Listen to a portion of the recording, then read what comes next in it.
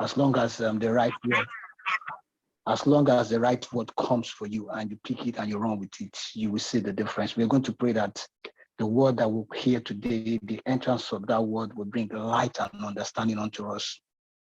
That the word will bring impartation unto us.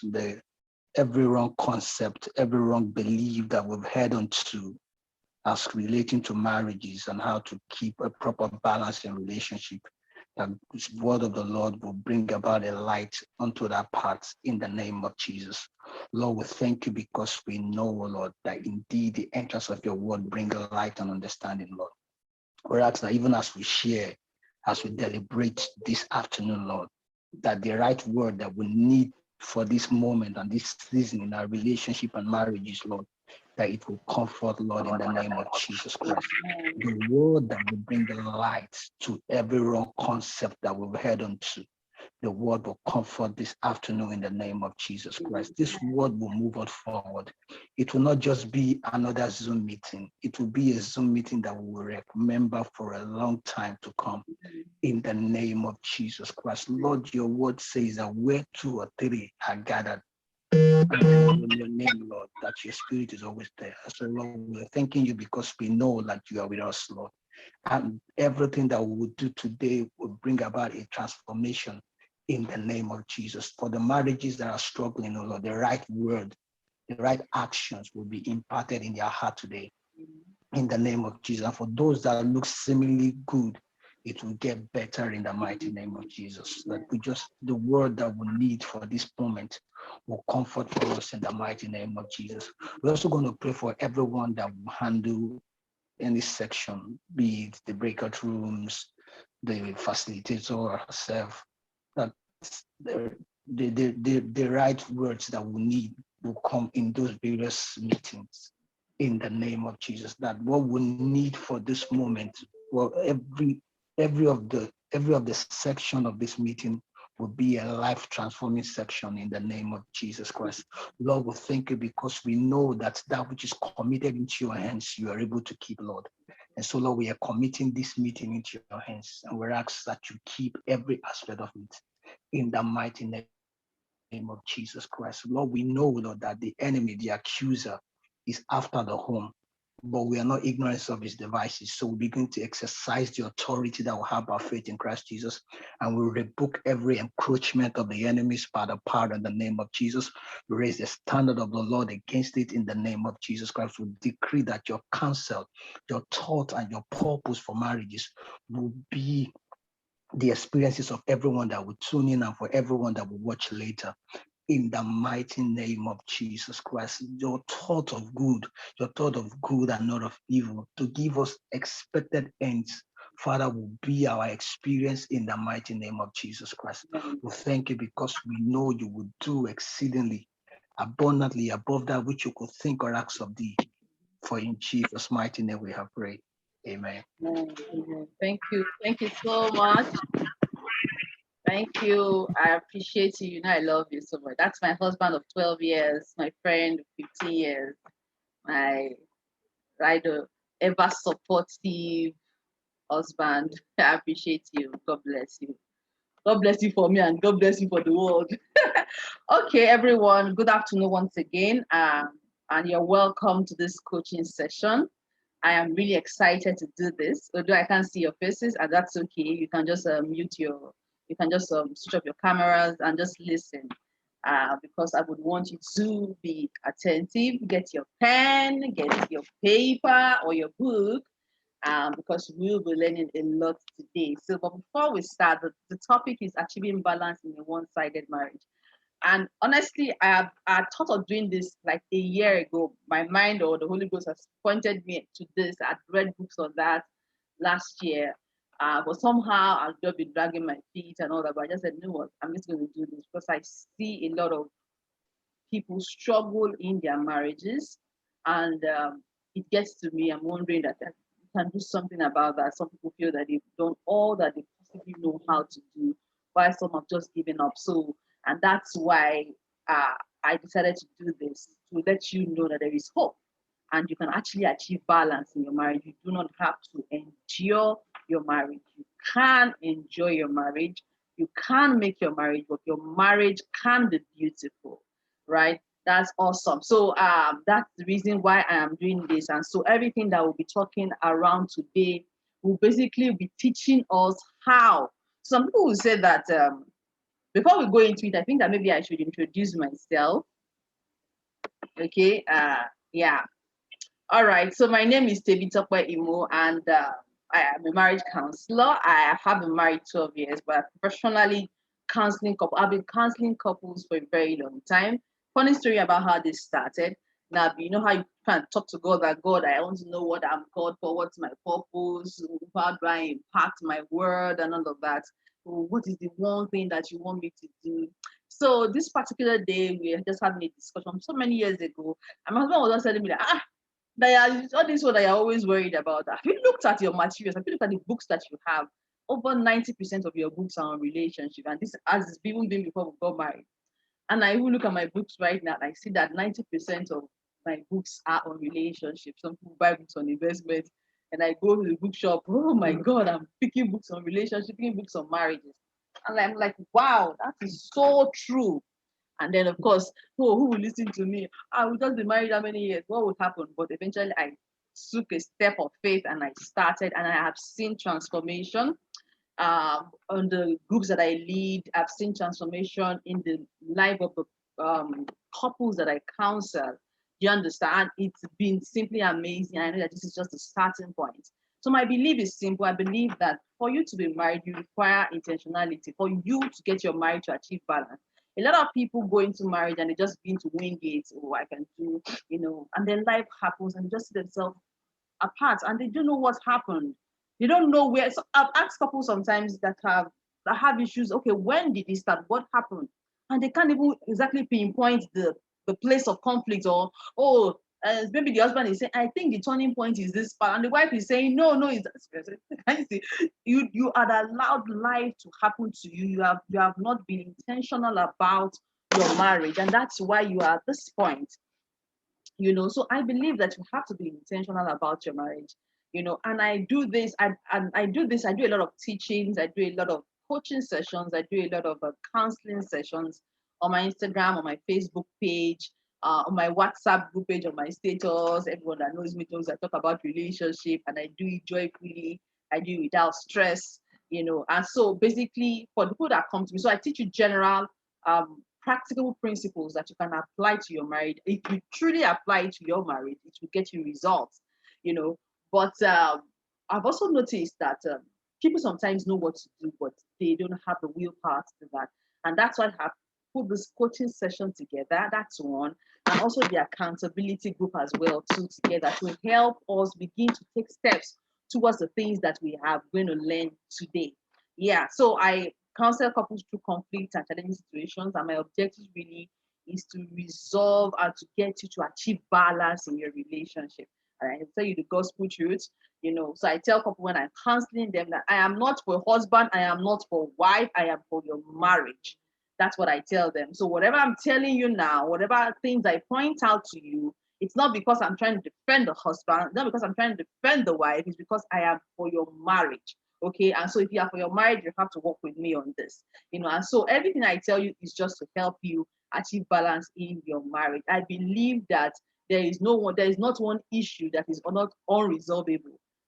So the only place I would advise couples to put a gap for sometimes is when there's physical violence. Outside of that, willingness and with the help of God, there is nothing that is unresolvable. That's the way approach I like to look. I always like to be solution driven. I always like to look at things from the positive perspective. So that's me in a nutshell. Okay, so thank you.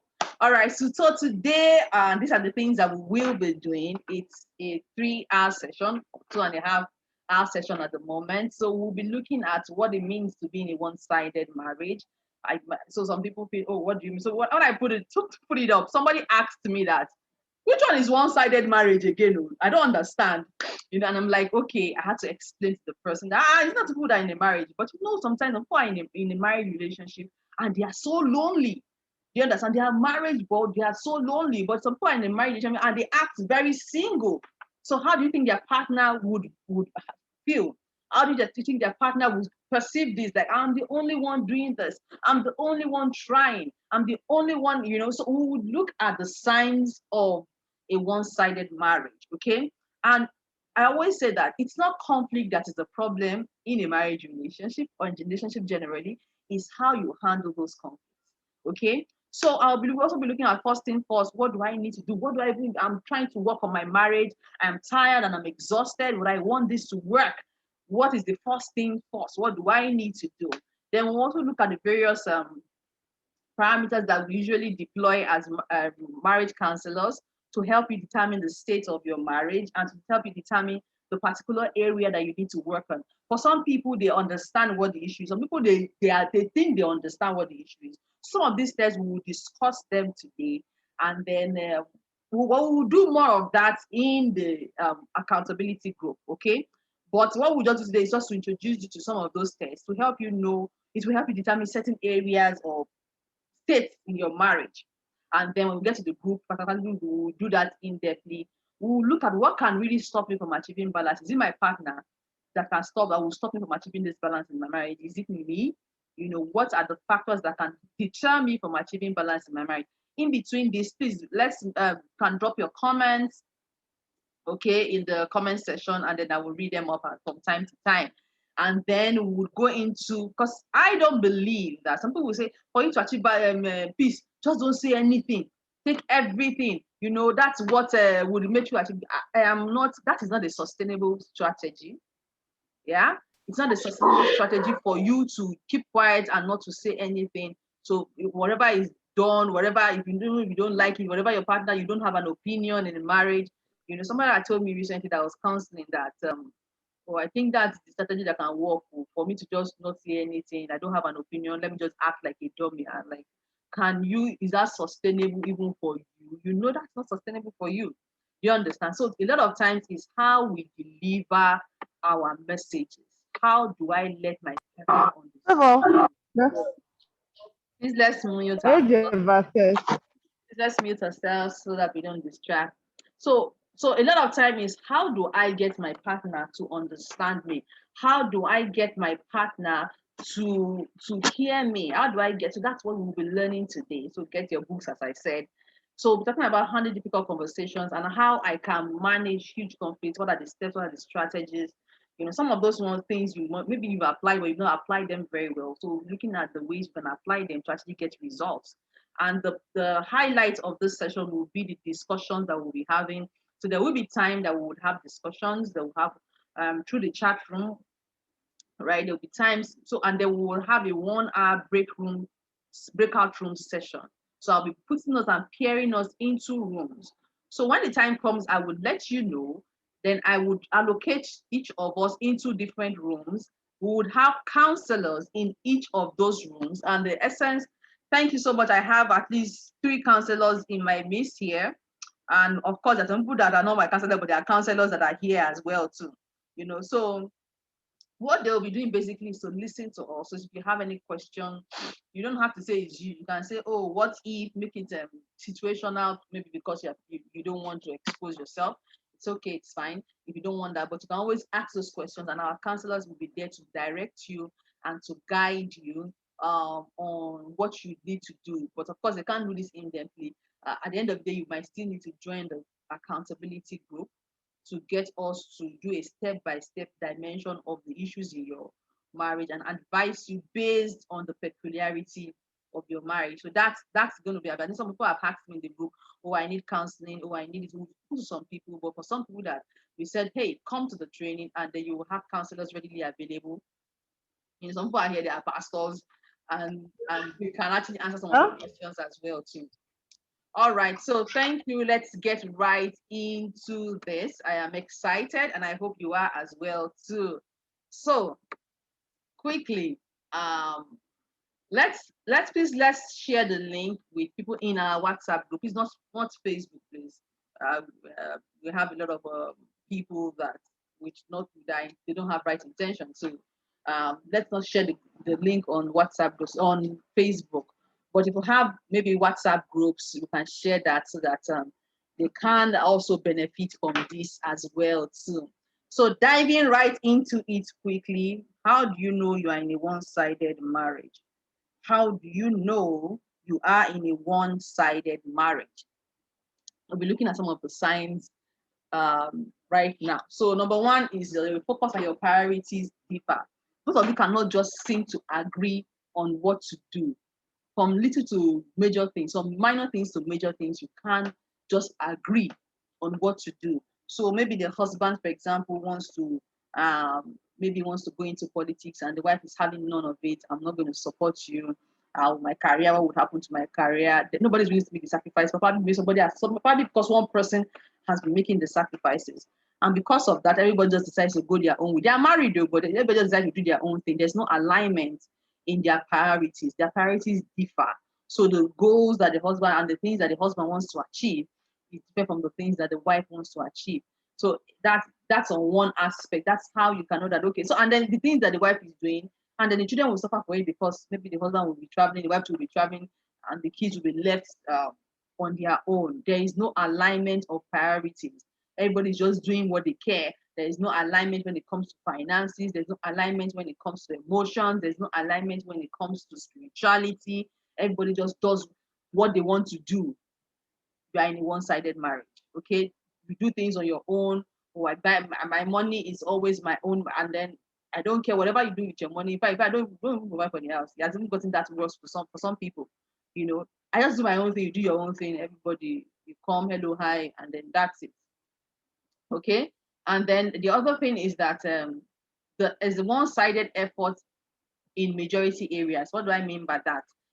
It's one person that apologizes. It's one person that is doing everything. It's one person that is trying to make the marriage work. The other person has signed out. You know, when somebody signed out, I usually say that when couples they're not fighting and when they are arguing a lot, it's not a good thing. But it's still a sign that they are still fighting for their marriage. Not even for their marriage, for themselves, and they are still talking. Some people are going to the stage where they are not even talking anymore. It's that bad. They're not even talking anymore. When you get to that stage, somebody has signed out. Like, I have signed out physically, I have signed out emotionally. It is just my body that is in this marriage. My spirit, my soul, and everything is not here anymore. So one person is wondering, okay, I'm trying to do this, I'm trying to do that, I'm trying to put in the effort, but this other person, I don't care. Whatever you do, I know that my mind is not in this anymore. And when women get to that stage, and even the men as well too, it takes a lot actually to bring them back, because you have to like change mindset, talk to them, help them see the benefits and all of those things. So if there's one-sided effort in the majority of areas in your marriage, so it might be that, okay, the only thing that combined that is that both of them have similar together, maybe it's the kids, and that's the only thing they talk about. Maybe, okay, the school fees, but the things that really would bring them together emotionally, the things that would make them close, spark. Okay. All right. So that's another sign. Another sign is that one-liner communication. You know what one-liner communication is? Have you eaten? Yes. How are you? Fine. What do you want to do? Nothing. What's your opinion on this? Nothing. That's a one-liner communication. They don't want to talk to you. You're not even fighting, but you're fighting. That kind of thing. You're not fighting, but you're fighting. People call it silent treatment. And that just shows that you are in a one-sided marriage, basically. They don't want to talk to you. They don't want to talk to you. They give you a one-liner answer. What did you do at work today? Work. What's bothering you? Nothing. Even though there's word written all over them, that's another sign of a one. Do you experience all of this in your marriage? Hope is not lost. Hope is not lost, my friend. Hope is not lost. There's still a lot more that you can do. Another thing is that people overcompensate by doing certain things. Have you ever seen someone, for example, that all they do, they know that every other aspect is bad? Women will focus on maybe work, maybe not house chores, for example, taking care of the house, putting things in order, and cooking in the kitchen, because they don't want to focus on this, on the aspect that is not working. The men, for example, are providing financially. Every other thing can be thrown outside of the bush. So they overcompensate by doing just one thing and ignoring the other part. Okay? Women sometimes will start to work, Women sometimes will say, okay, at least I'm still giving him sex. My mind is not in the sex. My body is not there. My mind is not there. It's just my body that is there. Let me just do it to fulfill all righteousness. I don't have any connection with you. I'm not vulnerable with you. Just do, come and do and go. That's their attitude towards it. There is no emotional connection, there is no intimacy, there is no vulnerability. It's just pure sex, and then every other aspect is thrown out of the window. Respect is not there, communication is not there, collaboration is not there, teamwork is not there. All of those things that will make the marriage interesting, that will move the marriage forward, is not there. It's not a good sign. And if that is your experience, hope is not lost. I always say that there is not one issue that is unresolvable. Okay, we only make issues unresolvable when we sign out of our minds that we can't do this anymore. But there's not one issue that is unresolvable. Furthermore, you walk on eggshells, you can't express yourself, they take everything overboard. You might say, I will example I given on my video, because maybe you are a very joker person and they try to play with them and say, when did we start that one? When did we start that? When did we start that play? Please. I'm not in the mood for that. Don't even try that with me. They are not. So you have to watch what you say. So you'll have thought about everything that you want to say before you go and meet them. You can't say, so my wife or my husband. You are that careful. You are that careful. You can't express yourself. Okay, you can't. You can't. You don't have an opinion in that marriage. It's not a good sign, but it's not the worst that can happen to you. There is hope, as I always say. Unforgiveness, hurt, bitterness, irritation on the part of one or both parties is so prominent in that marriage. It's a one-sided marriage, and you are married to yourself, basically. You're not in a balanced relationship. Going furthermore is that there is no passion or energy in that marriage. Everything, there's so much love, and there's secrecy. So there's a difference between secrecy and privacy. Okay, there's a difference between what secrecy and privacy. Secrecy means I keep things for you. There are things about me that you don't know. A lot of things about me that you don't know. Privacy is that I like our affairs private. I don't want public opinion in our affairs. I don't want social media. I don't want this. That's privacy. Secrecy is I am keeping things from you. Okay, privacy, I don't keep things from me. I'm taking things from the world. So I don't want their interference in our marriage. So secrecy is the order of the day in a one-sided marriage. So the wife does his things, the husband will do his own thing. Everybody's just on their own. I have my secrets, I have my friends, you have your friends. Some people, the people that they are very close to are outsiders. It's not even their spouse. There's control and there's manipulation in a one-sided marriage. That's similar to reverse psychology, basically. Reverse psychology is they always make you feel as if you are the one that is at fault always. They are not willing, even when they abuse you and say you are stupid, they will say, I said you are stupid because of the way that you acted. Do you understand? So they make it look as if you are the one at fault all the time. And that's not a very healthy environment, and something needs to be done about it. So, and then maybe you, in the bid of trying to defend yourself, you begin to attack. You're not going to get results that way. I always talk about timing. I always talk about delivery. That is so important in passing your message across. Timing and delivery, it's so important. And you will learn how to do that effectively during this coaching session.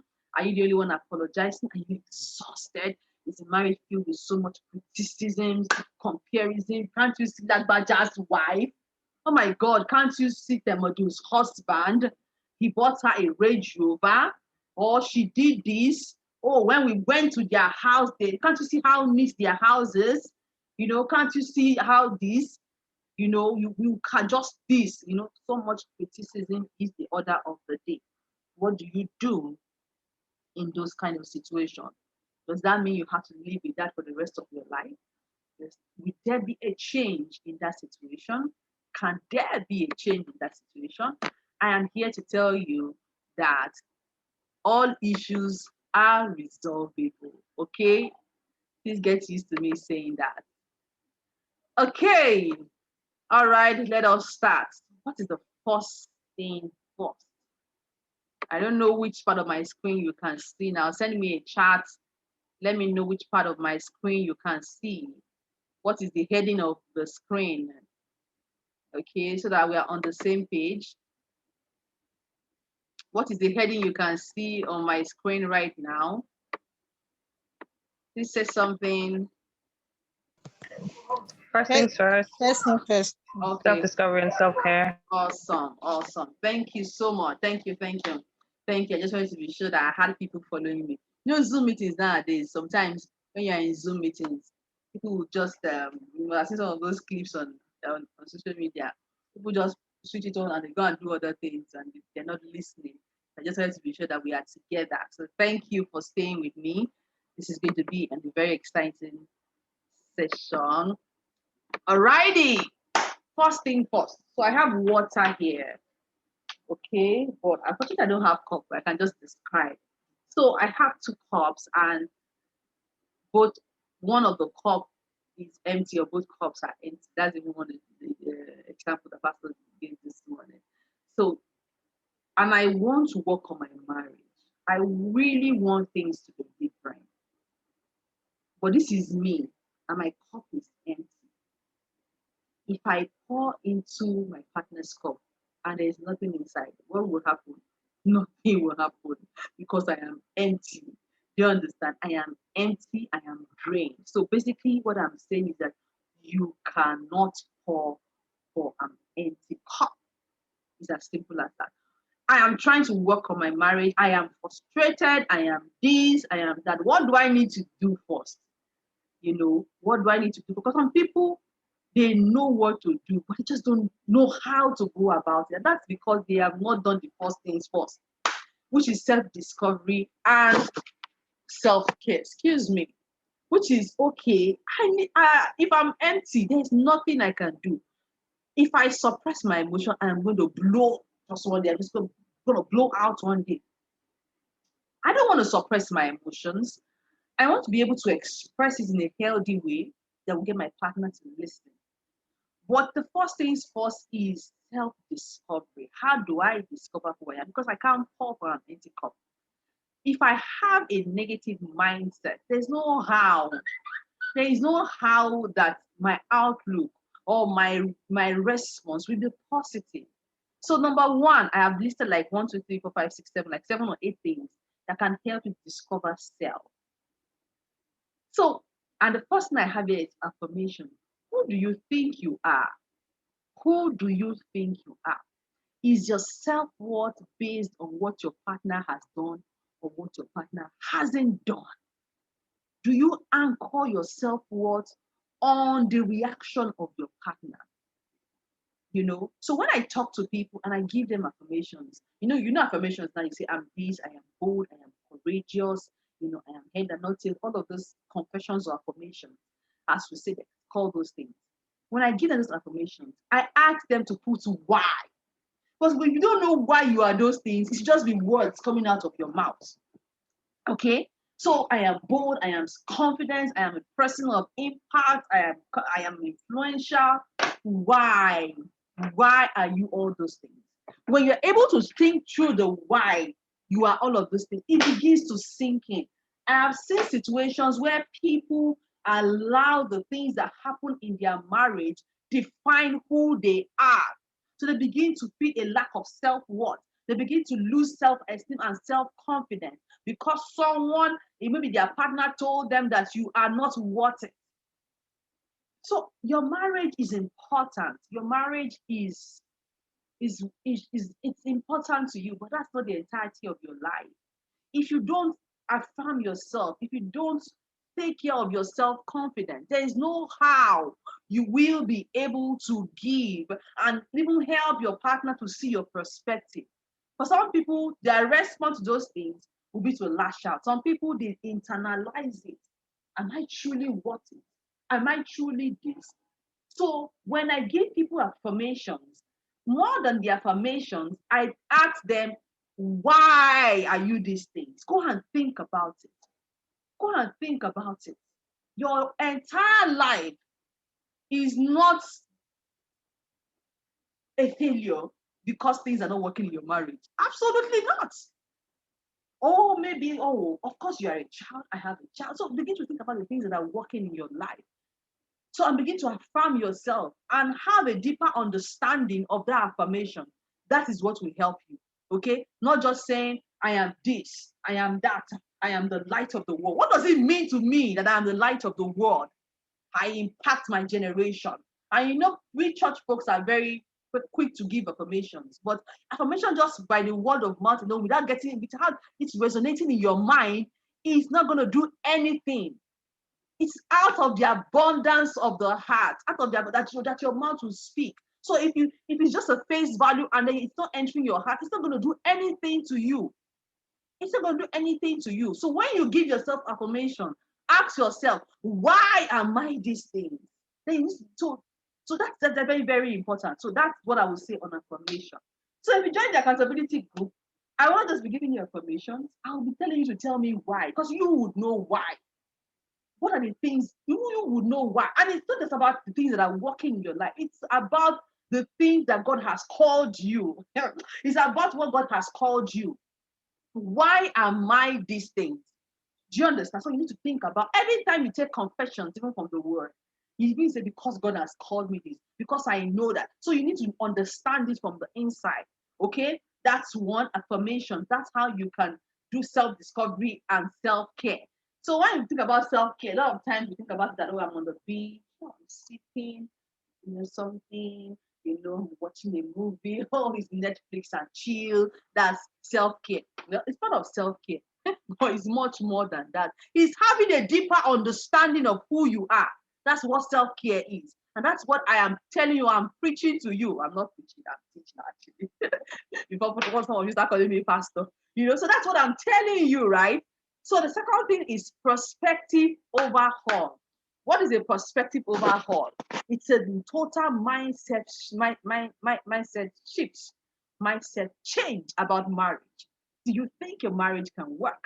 Do you think your marriage is? So I always and that's why when I talk to people and they'll say, I can't take this. No. If it's me, that is it. I come from the angle of, hey, I know this is hurtful, but there is nothing that cannot be resolved. That's what the way I always like to. After all is said and done, have you really done all that you can do? Why do we put God in all of this? Do you understand? Have you really done all that we can do? Perspective overhaul. What is the picture of marriage to you? So your experience is one thing. So I'm not denying your experience. So don't get me wrong. People have gone through very, very difficult situations. I understand that. But what is your understanding? What is it that you want? Do you think that you can achieve that? You need to believe it first. Because if you don't believe it, if we talk till tomorrow, you will know those things, you will never do them. If you would know it, but you would not do it. I always say that wisdom is not knowledge. Wisdom is not knowledge. Wisdom is the application of knowledge in the right way. Okay? If you got that, please just write that down. What did I say wisdom is? Wisdom, just type it. Wisdom, just type it. Wisdom is the application of knowledge in the right way. So I can know everything that there is to know about how I can build my marriage. If I do not apply it, or I do not know when and how to apply it, then it's just knowledge. I'm not here to dish out knowledge today. I'm here to teach you that you need to take action, right? I am here to teach you how to take actions, okay? So, perspective overhaul. You need to start thinking about it. And I understand the fact that some people have gone through a lot of things that can affect their mind so much. But I need you to be able to understand that my experience right now is not final. My experience can change. My experience can change. Okay, what I'm going through is palatable. So I'm not telling you to deny what you are going through, right? I am not telling you to deny what you're going through. I am just saying, have the assurance in your mind that because I'm having this challenge in this situation does not mean it can't change, okay? And it's not a function of my partner now, it's a function of my belief system. Because you know what? I won't tell single people, or even my people who say, this, and they have, I see certain mindset in them. I'm like, even if you leave this marriage and you still have this mindset, oh my God, the same thing is going to happen. And even if you go into another marriage, it's the same thing that would happen because you are viewing it for the lens of, oh, men are always this. Have you seen people, I see stories of recent of maybe some people that would have, maybe these women now, the man hasn't given you any reason to doubt him or whatever it is, and then you start building houses, start keeping money aside because you have heard story from A, B, C, and D. Do you understand? So you're making other people's experience your own reality. Come on. Do you understand? So I'm saying even in those situations, you need to begin to have a positive outlook to marriage. What was the picture that you had of marriage in the first place? Let's move on quickly because I see that time is running very fast. By 4:30, by 5, we have to go into the breakthrough rooms, and I have a lot to cover. So leverage your support system. You can't do everything, honestly, and this is where it's part of self-care as well too. Women, particularly, men too. You can't do everything. I've seen men that suffer under the weight of financial burden, and because of ego and pride, they are not able to sit with their partner to say, hey, whoa, this life that we want, we need to do it together. We need to do this life together. And I have seen people that make assumptions about what their husbands earn, and because of that, they have so much expectations, because of secrecy. So the man is suffering under the weight of financial burden. He's trying to provide everything. He has ideas, he has business, but he can't do everything because he's doing everything at home, and there is no support. I've seen women that think that, okay, what makes me a good wife is because I cook and clean and wash plates and do this and do that, Leverage your support system. That's just it.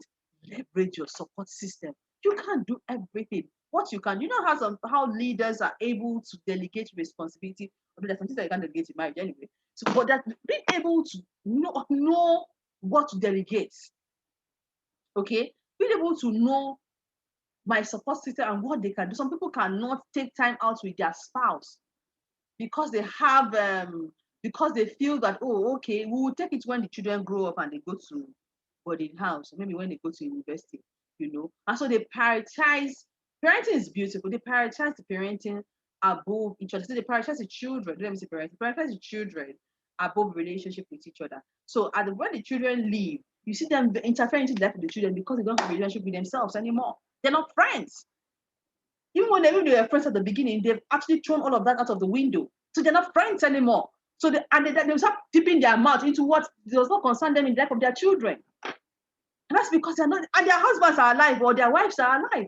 But it is what is in the life of their children that's because they don't have a relationship with their partner anymore. They feel that I've invested everything into that of the children, and then I must be the one to control their lives. Build your relationship together. Leverage your support system. If you don't love yourself, how do you want to love your partner? If you don't think they are worth it, if you don't think that you're confident, someone was telling me a story about someone that was going through marital challenges, and then that fasted and prayed. This bitty fasting. She was fasting and praying and crying and weeping and wailing and this, and she put on sackcloth. Sackcloth in the Bible now. Oh no! And then it was just this, and then somebody just told somebody, one of our friends, say, you know what? You have done this enough. Get up and clean your face. Get up and do this. Make yourself look wonderful. Stop anchoring yourself on your is important, but stop anchoring your life on your husband. And then she stood up, started looking good, started taking charge of her life. The man started recognizing her, like, who is this person? Who is this? Is this my wife? And then he started paying her attention and all of that. And that's how they were able to talk about it. I'm not saying the issues were entirely resolved, but at least they started talking about it. Someone that was not even willing to talk about it before, they started talking about it because the outlook and the approach changed. So we also that it's always someone that does not know what they'll say the stupid person that does something over and over again, same thing over and over again, without actually and not get result and things that you can continue to do the same thing over and over again. Please change your approach. If you find out that what I've been doing is not getting me the results, I think I need to change the approach. Okay, so do you really love yourself? If you love yourself, it's easier to show love to your partner. Okay, I said refocus. I will talk more about that. So, what is your happy place? I would like to talk about this a bit. If you place your happiness, your joy, your strength, your peace on your partner, oh no, you are setting them up for failure. Not one person can give you this. Not one person can give you that. Okay? Because they are not God. Okay? If you make your partner your anchor in life, they are the one that must make you happy. Oh, they are the ones that must make you this. Oh, they are the ones that must do that. You are setting them up for failure. You need to be able to manage your expectations. You need to be able to manage, because even you, God cannot give them that. You can't. You might be doing everything, but maybe everything that you are doing is not even what they want. You know, I've seen this happen even when I counsel a couple, and then I ask, what are you doing? Oh, she said, I'm cooking, I'm cleaning. I'm like, okay. But is that what your partner wants? So you might be doing everything that you think you're doing, and that might not even be so. Nobody. I'm not saying that your partner shouldn't make you happy, but don't anchor your happiness on them. So I'm saying, what is your happy place? What makes you happy? Okay, so there are two extremes of people. If you look at one of the videos that I posted, the first set of people are people that would, when they're going through marital challenges, would make their partner their anchor. So they make their partner their life. Everything rests upon their partner. Oh, and then the more things, the more the challenging situation, the more they run down into depression. Oh my God, I've seen that happen. Life's life, because I speak to people a lot. And that takes over them. They begin to internalize it. They begin to ruminate it. They begin to lose self-confidence, and until it takes over their entire being. Don't be that person. The other set of people are people that they signed out. They're just married because of the name. If you are somewhere and you want the marriage, why put the effort to make it work? Because you know what, especially when you have children, I always say this, that the home is the foundation. And it is not what you say. The children, they see these things. They can sense the tension. They can sense it, and they begin to take those things in as a normal environment. As the normal environment, we are custodians. A lot of the things that we see nowadays started from the home. Maybe it expanded as they got into the world. But a lot of those notions, a lot of those mindset, a lot of those conditioning started from the home. Okay? So please, create a balance. And that's what, create a balance. I'm not denying that I have marital challenges. So that's what you're saying. But I am happy. I find happiness in myself. And I'm able to walk through the challenges in a way that I will get results. I am able to walk through the challenges in a way that I am able to get results. Okay? Leverage your strength. Some people are trying to build strength in the place where they don't have strength. So leverage each other's strength. Okay? That's very, very important. So let's move forward. I have really got that, but this is the foundation for you. So if you're able to do this, then you would have the strength to start to work on your marriage. So I asked the next question. Can my marriage be saved? Can my marriage be saved? Quickly, if you are able to answer all of these questions positively, then you know you're ready to work on your marriage. So as I'm talking, I actually want you to start thinking about this. I want you to start thinking about this. That's why I titled it, Can My Marriage Be Saved? What's your why? Everybody has a why. Maybe you've not put thought to it, right? But everybody has a why. So excuse me. So what's your why? Why are you married? Why did you get married? Why are you saying that's marriage? So I've counseled people and they tell me that I'm there because of the children. Well, that is not enough reason, honestly. You might not agree with me. That's not enough reason, because if you're just there because of the children, you will keep damaging them if you don't do the right thing. So if you want to be in a marriage relationship because of your children, then you need to look for a way to make it work. I'm not saying that you just manage the situation, right? If your reason for being there is because of the children, then look, you need to find a way to make it work. And I am glad that we have people here.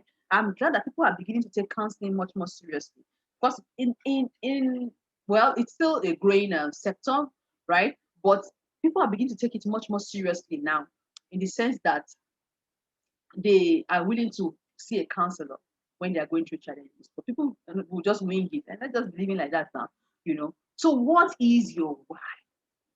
Why are you still there?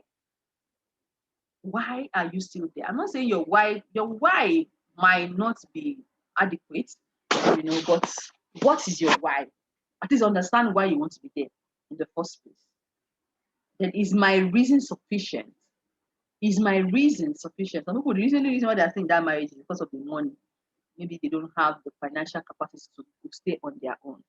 You know, some people, oh, I really wanted companionship. So that's why I said, I should ask you, what's the picture of what you had in mind when you're going to get married? Or what do you still have in mind about what marriage should be? What's your why? Why are you still there? Second question, can you choose to be happy rather than being right? So of course, it's peace I want. It's basically what this is saying is that, are you going to choose peace over being right? A lot of people will say that they want peace, but their action shows that they don't want peace. Do you really truly want peace? If you want peace in your marriage, it will reflect in your responses. I didn't say your reaction, because the difference between reacting and responding. When I react, you attack me, I defend. That's a reaction. The response is, how can I make this work? So if peace is what you want, as opposed to being right, if you want to be proven right, then when you are having challenges or conflicts with your partner, what you will do, all your talks will be geared towards proving right. I knew it. Yes, that is it. Do you understand? So, but if your approach is, or your end game is peace, it will reflect in your response. It will reflect in your approach.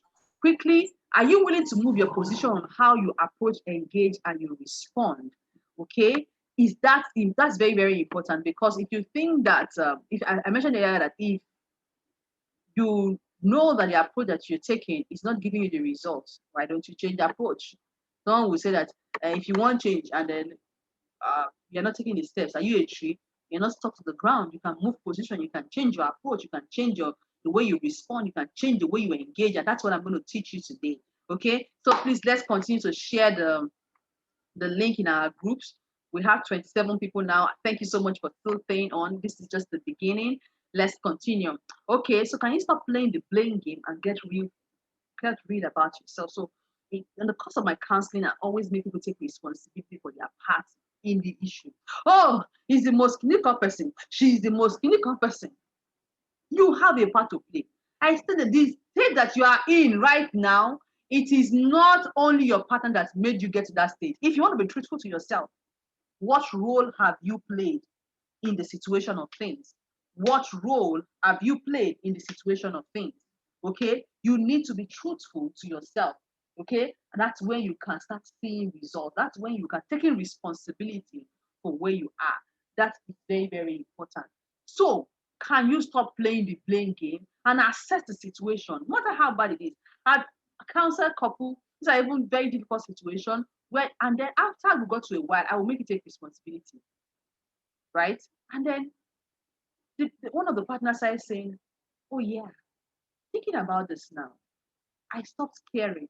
I stopped doing this because I felt that, oh, one party was cheating. So all the things that the partner used to like, I stopped doing that. I started taking decisions on my own. That is taking responsibility for where you are. So I'm not denying, nobody's denying the hurt or the pain that you're going through, but just saying take responsibility for where you are. Take responsibility, okay? What is your focus when there's conflict? What is your focus when there's disagreement? Is your focus more on being proven right, or is your focus more on reconciliation? How can we move forward? How can we meet each other in the middle? What can we do to be better? That is, your focus is on reconciliation as opposed to it being um, deepening the conflict or trying to prove that I am right, trying to prove that, oh yes, you actually said this. What is your focus when there is a challenging situation? Can you change your focus? Do you think you can change your focus? It's not just a yes or no. It's actually an action change. You would know that you can do that when you start taking certain actions. And that's where the accountability group comes in. Because I know that people sometimes know what to do, but they will not do it. Some people will leave this training, but I don't pray that will be your experience. They will notice the gaps in their marriage. They know what to do, but they would not do it. Yeah, they would not do it. So don't let that be you. Okay. All right. Moving on quickly. The next part. I don't know, what can you see now? So it's a bit slow on my end. Just type and let me know what you can see. Where are we in this marriage? Oh, is that what you can see? Where are we in this marriage? Just type. Type. Let me know what you can see from your screen. Hello, we there? Okay. Can you see where are we in this marriage? Is that what you can see? All right. Awesome. Musola, thank you so much. I appreciate you. All right. So these are some of the tests that we'll be taking in the accountability group. I will talk on each one of them as we go along the line in this session. Okay. So these are tests that we usually give people to help them identify and know the exact issues in their relationship or in their marriage. So we do a relationship general health profile, we do a specific health profile, we do a communication permanent flow test, we do intimacy and vulnerability test. So it's not a question, are you vulnerable? No, we ask deeper questions, questions that would make you think, do you do this? Do I do that? So, and that's where you will be able to know. So, but let me talk on some of the tests so that you have a little understanding on what each of those tests mean. Maybe not all of them, at least one or two or three of them.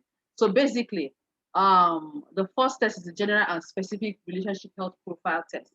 We usually do this test to help people to drill down on the specific issues on their marriage relationship. Okay. The results will help us to identify the extent of the work that needs to be done. And in your marriage, it will also help you to narrow down the areas that you need to work on. Okay. Sometimes you understand the areas that need work. Sometimes you don't understand the area. You're not sure. This test would help you identify. I know that each marriage is peculiar. The things that Lafaja is going through is different from the things that Tamedu is going through, right? So what we will be doing is to help you identify the areas where you would need help. Okay, what is working, what is not working. So that's what this is. So the communication prominent behavior and communication flow test would help you to know and understand your communication partner. Why do you engage in that communication style? What is the impact of consequences of this communication style on your partner? So I put some images here to help us. Some people, when they are upset or when they are going through certain challenges, they go ballistic. So the way this woman, the way her hair has flown everywhere, that's the way some people are. Okay, that is the way some people are when they are upset. Okay, they go ballistic. They see things from a ballistic point of view. What did we say now? Is that how you used to do? Someone cannot even play with you. Do you understand? So, but there's a reason why they are that way. Do you understand? It's only a crazy person that some people don't understand why they are that way. But there's a reason why. So the external manifestation of emotions, the external manifestation of things, usually there's a primary trigger, there's a primary reason. And that's what we're going to help you identify. We're going to help you identify the primary reasons behind some of the external manifestations of your communication partner. So are you the type that go ballistic? Are you the type that will use hurtful words? You know, some people, do you know that some people use hurtful words because they are very inadequate? Do you know that? There's some people, the reason why they use hurtful words is to hide their inadequacies. The reason why some people use hurtful words is to hide their pain, is to hide the things that they're going through. So the way that I can defend myself is to use hurtful words. So why do you use hurtful words? All of those things are things that we're going to help you assess in the accountability group. Okay. So, but these are external manifestations. For some people, there are Mrs. Master in Mr. and Mrs. internalized issue. Everything that they go through, they internalize it.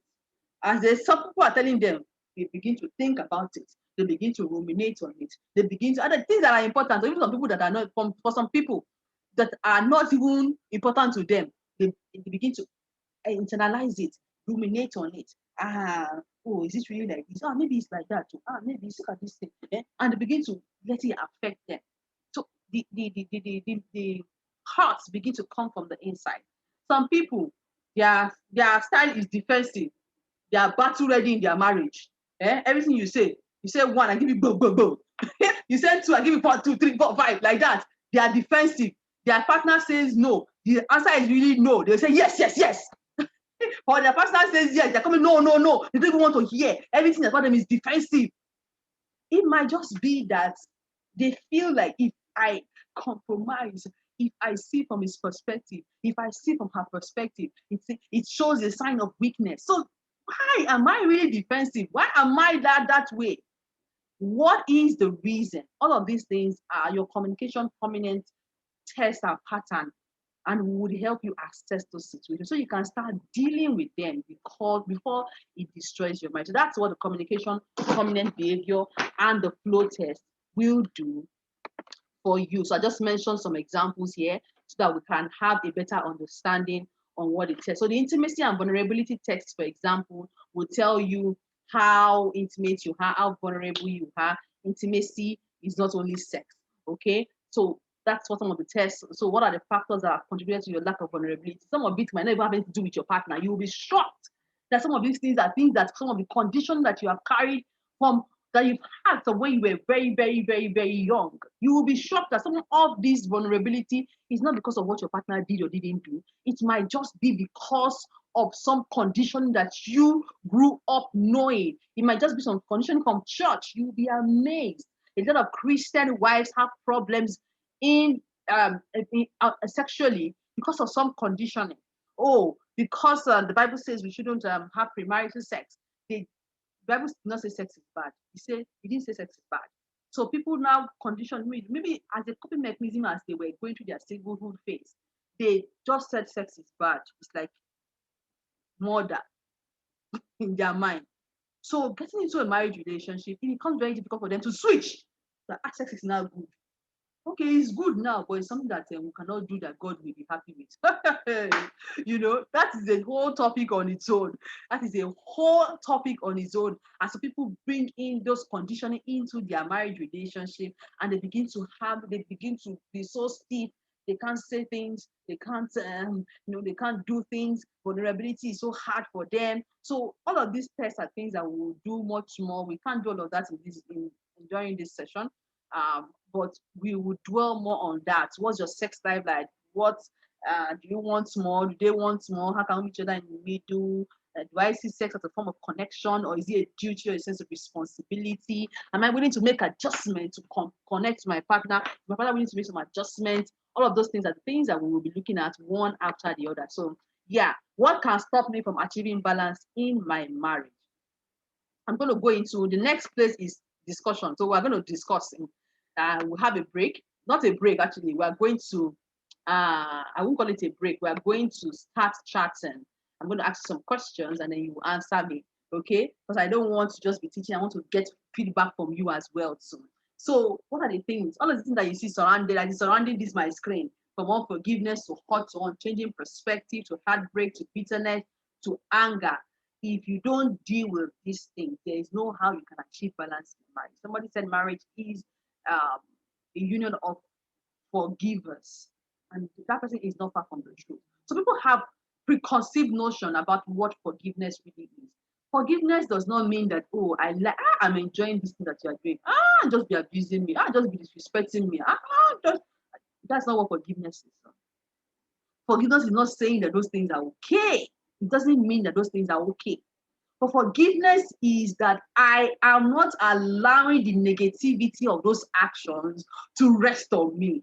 I am not willing to give somebody else, even my partner, the power to live rent-free of allow hatred to dwell so much in my heart. That's what it means, right? Forgiveness is that I am not allowing anger and bitterness to flood from seeing the positives in my marriage. Are there things that I don't like? Absolutely. Are there things that I detest so much about what my partner does? Oh, yes. But are they doing some things?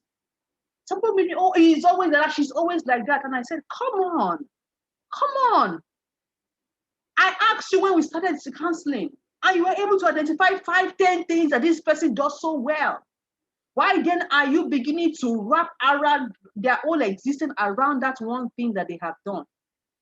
I am not unempathetic to your situation, but when you don't forgive, you bring anger and bitterness into every new experience with your partner. That's what you do.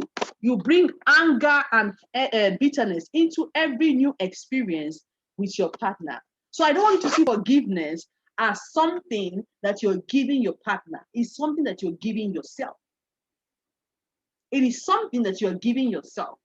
If you do not forgive, you will become so wrapped up in everything that is wrong. You can never enjoy the present. You can't have joy in the present because you are holding on to what they have done. So forgiveness is not what you give to your partner. It is what you give to yourself. If you don't forgive and you say you want to work on your marriage, you would always see your marriage as lacking meaning, as lacking purpose. Okay, you will always lose valuable reconnecting. So your partner is making the effort. You say, it's because he wants sex. That's why it's coming. Maybe your partner is even trying to do some certain things to change. You would not see that because you are holding so much to hurt. You're holding so much to the bitterness. You're holding so much to the anger. You're holding so much to the heartbreak. You're holding so much to all of these things. And you cannot even see the effort that they are making. Okay? They bring something. Maybe they went out and they brought something. They used to bring things before. They now brought something. You say, your mate are buying kinikon for their partners. This is what you can bring. Haba. And that's because you are holding so much bitterness in your heart. You're holding so much hurt in your heart. You're holding so much anger in your heart. Your perspective is so unchanging and unyielding that you do not even want to see the positive that they are doing. Right? So if you do not forgive, what does forgiveness do for you? Forgiveness, it sets you free. Remember that I mentioned that you are doing this for yourself and not for your partner. It is for you. It is not for your partner. Okay, what does forgiveness do for you? It helps you. It helps you start the healing process. It helps you start the connecting process. I remember that I said that forgiveness is not that I like what you are doing. It's just that I am able to separate your actions from who I want you to be. Okay, love. They say God loves the sinner but hates the sin. So sometimes you wonder how is God able to love everybody? And God has even commanded us that we should love those that despitefully use us. How is God able to look at a sinner in the eye that has been persecuting all Christians and immediately convert that person to a child and immediately take that person in? Separate the action from the person and helping them understand that if they know better, they will do better. That's where empathy comes into play. Okay, I've seen people hurt do some certain things, and I just look at them that if they knew better, they will be able to do better. Do you understand? So I'm not saying, oh, what they did is okay. That's not what I mean. What I mean is that I need to be able to set myself free. I need to be able to burst with joy. I need to be able to be happy. There's someone I know that is always happy, no matter what. Even when the person was going through certain challenges, he was always happy. The joy that wells up in the inside of this person, like, where do you get this joy from? I'm able to separate the action from the person. Okay, so when you forgive, it begins your healing journey. When you forgive, you realize that even though as time goes on, the hurt isn't as much anymore. The hurt isn't as much anymore. So you're not ballistic because of what they've done anymore. You look at them from the eye of pity self that, okay, if you know better, you do better. I'm not going to allow you. Oh, no, I won't give you the satisfaction of making me lose my joy. No way. I'm going to remain happy. You know, so you give yourself that right to be happy, the right to be joyful. Okay, I'm not saying that you go and say, then I've gained my joy back. That is just being very, very, what's the word? Borrow me the word. That's just being very, very sarcastic. You go and meet your partner. I have learned today that I'm taking back my joy. I will not allow you destroy my joy anymore. You know, that is just being. I didn't say that you go and meet them and say, I have taken back my joy from you. You know, that is not what I have said. I am saying, and that is just, it's just mouth. It's not reaching your heart. Whatever it is that will take roots and take sustainable change in your life will come from the heart, right? So I am saying that you need to be able to. I will tell you how you can do all of these things, how you can forgive. Some people say, "Oh my God, all I think about my partner, I don't know how I can forgive." I will talk about that in a bit right now. Just talk through it, and then we'll talk more in the accountability because I still have things to do, and I have a lot. Time is really going. Okay, so all of these things are things that. So let me just wrap up on the forgiveness right now. So when you forgive, you're not going to give someone authority over your mind. You have peace of mind. Forgiveness is what you give to yourself. It releases you of the victim mentality, basically. So quickly, let's go into our discussion. As I said, in the next 10 minutes, I want you to help me answer these two questions quickly as we go into. So looking at the things, I'm on the chat section with you, and I'm going to be reading your chat. So tell me. Look at the things that we have talked about so far that can deter you. What are the things out of all the things that I have mentioned, right? That can deter you. Which one do you think is the easiest for you to deal with? You know, I mentioned, let me take you back to that slide so that you can. So this is the slide. Right. So in all of these things, which one do you think is the easiest for you to deal with and why? Okay. And then the second question is speaking about why. It's not talked about why. Okay, just chat with me. Let's take 5 minutes to do this before I continue. Speaking about, just send your response in the chat, okay? Speaking about your why, type in the comment section. If you are married, let me know, why did you get married? Why did you get married? If you are married, why are you married? So talk to me. In all of these things, which one is most difficult for you to do? Is it forgiveness? Are you finding it hard to let go of hurt? Are you finding it hard to let go of anger? What is it that and then why are you married? Okay, I'm reading from you. Let's give me 5 minutes. Okay, talk to me, people. Talk to me. Okay, there's no right or wrong answer. There is no right or wrong answer. Or changing perspective. Thank you, Rachel. Why are you married? Why are you still in your marriage? Of course, you've been going through certain challenges. What is your why? That's what I'm asking. Oh, awesome. Wow, Tosin, that's really beautiful. Tosin said she can do everything easily. That's beautiful. You know, I'm married because of companionship and support. Thank you, Mr. Konde. Thank you so much. You know, what is your why? Why are you married? Out of all these things, is there anyone that is so difficult for you to deal with? Is there anything so difficult for you to deal with? Why? Why are you married? Thank you so much, people that have commented why. It seemed like the right thing to do at that time. Okay, I'm married because I have learned to tolerate and be patient. You can deal with all the issues. That's fantastic. You can deal with all the issues. That's beautiful. Okay, so when those challenges come and bitterness wants to overcome your heart, you know what to do. That's just beautiful. Awesome. I like that. You know, so let us move on. I like the feedback I'm getting, but I always say that when push comes to shove, when you go through those challenges, let it reflect in your response. Let these things reflect in your response. Okay? Yes, you are married because of companionship. Awesome. Yes. There's always a reason why. There's a reason why. Some people, because I have a picture in my head. or because I know that where God is taking us. Some people are more spiritual and they spiritualize their answers. I like all these responses. So some people, or because we have a purpose to fulfill, and there's nothing wrong with that answer. There is absolutely nothing wrong with that answer, but companionship is beautiful. For friendship's sake. Oh yeah, some people is for sex. There's no right or wrong answer. It's your wife. Do you understand? Some people is for intimacy. Some people is for some there's right or wrong answers, right? But there are some answers that need to be tweaked. There are some reasons, that need to be tweaked. So quickly. All right, thank you. Time has gone and we need to move on quickly now. All right, so because I have 30 minutes to run through what I want to run through. So I told you that the two things I'll be talking about today is handling difficult conversations and managing huge conflicts in marriage. Okay, so in doing this, I want to let you know that in handling difficult conversations, you have to commit to new ground rules that is not conditions on your partner's reaction. Don't say, how is that possible? All these aspire to inspire motivational talk people. How if they abuse me, who says I cannot abuse my own back? I have mouth, so God has not created a stupid person. So I like to put it this way: that are you a good person? Why are you a good person? Are you a nice person? Why are you a nice person? A nice person is a nice person.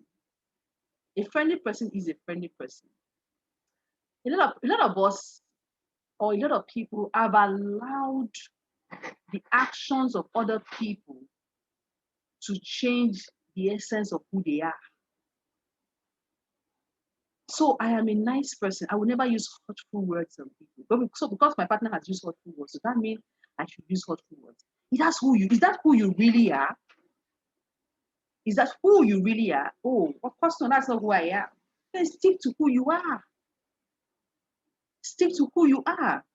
So to handle difficult conversations in a marriage relationship, particularly, you have to train yourself not to condition your response to your partner's action. Okay? I will tell you some of how you can actually do some of these things. It's easier said than done. Say, oh, please, it's easier said than done. But it's so achievable.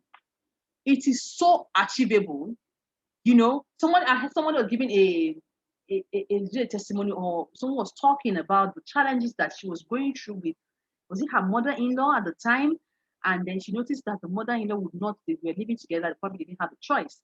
And the mother-in-law would do certain things, and she was doing the exact opposite of. So she used to have confrontations with her, and then everything would just escalate, everybody rancor and all of that. But as she learned that I'm not going to allow this to determine the essence of who I am, I will be patient, I will take time to do this. She realized that as she started to do those things, of course, prayerfully as well too, things started to change. I'm not saying things were perfect. Things started to change. Because sometimes when we watch movies and we see that people go through mental challenges, oh, and they did it, or maybe after a while, oh, things are now fine, oh, they are now together. So I'm saying, what I'm teaching you today is how you can achieve balance, not how your marriage can be perfect. That's not what I have said. Okay, because there's no perfect marriage. Except you're deceiving yourself. There are just people that have been able to master how to handle their difficult situations. They're just people that have mastered how to manage their conflict to the point of reconciliation. That's just different, okay? There are people that the goal is the peace of our marriage, not me being right, okay? And so I'm just going to teach you how you can begin to get your partner to listen to you. Okay, if all of these things are some of the things that you have been doing, you start working on them. Okay, so number one is avoid interruption. I've seen people that always interrupt people when they talk. Maybe that's kind of person. People that talk too much and about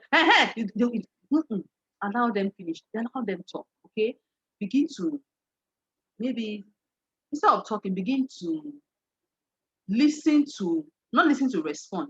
Listen to understand their perspective. And okay, so what are they really saying? Because they don't really, so and by then they're not jumping to conclusion, they're not even allowing the partner to talk. So the person said, that's not even what I meant. And that's because you listened to half of this conversation before you started talking. And that can really infuriate some people. Okay? I've mentioned that resolve not to use hurtful words and name calling. And this is not easy, but it's achievable. I always say that. Because somebody said that, oh, I said they use the hurtful words on me, does not mean that I'm going to change the essence of who I am. I've told myself I don't want to use, personally, I don't use hurtful words. I don't. It doesn't mean that I keep quiet too. It doesn't mean that I accept when you say hurtful things. But I would say I take an exception to that. Even people, I would say, no, I honestly don't like this.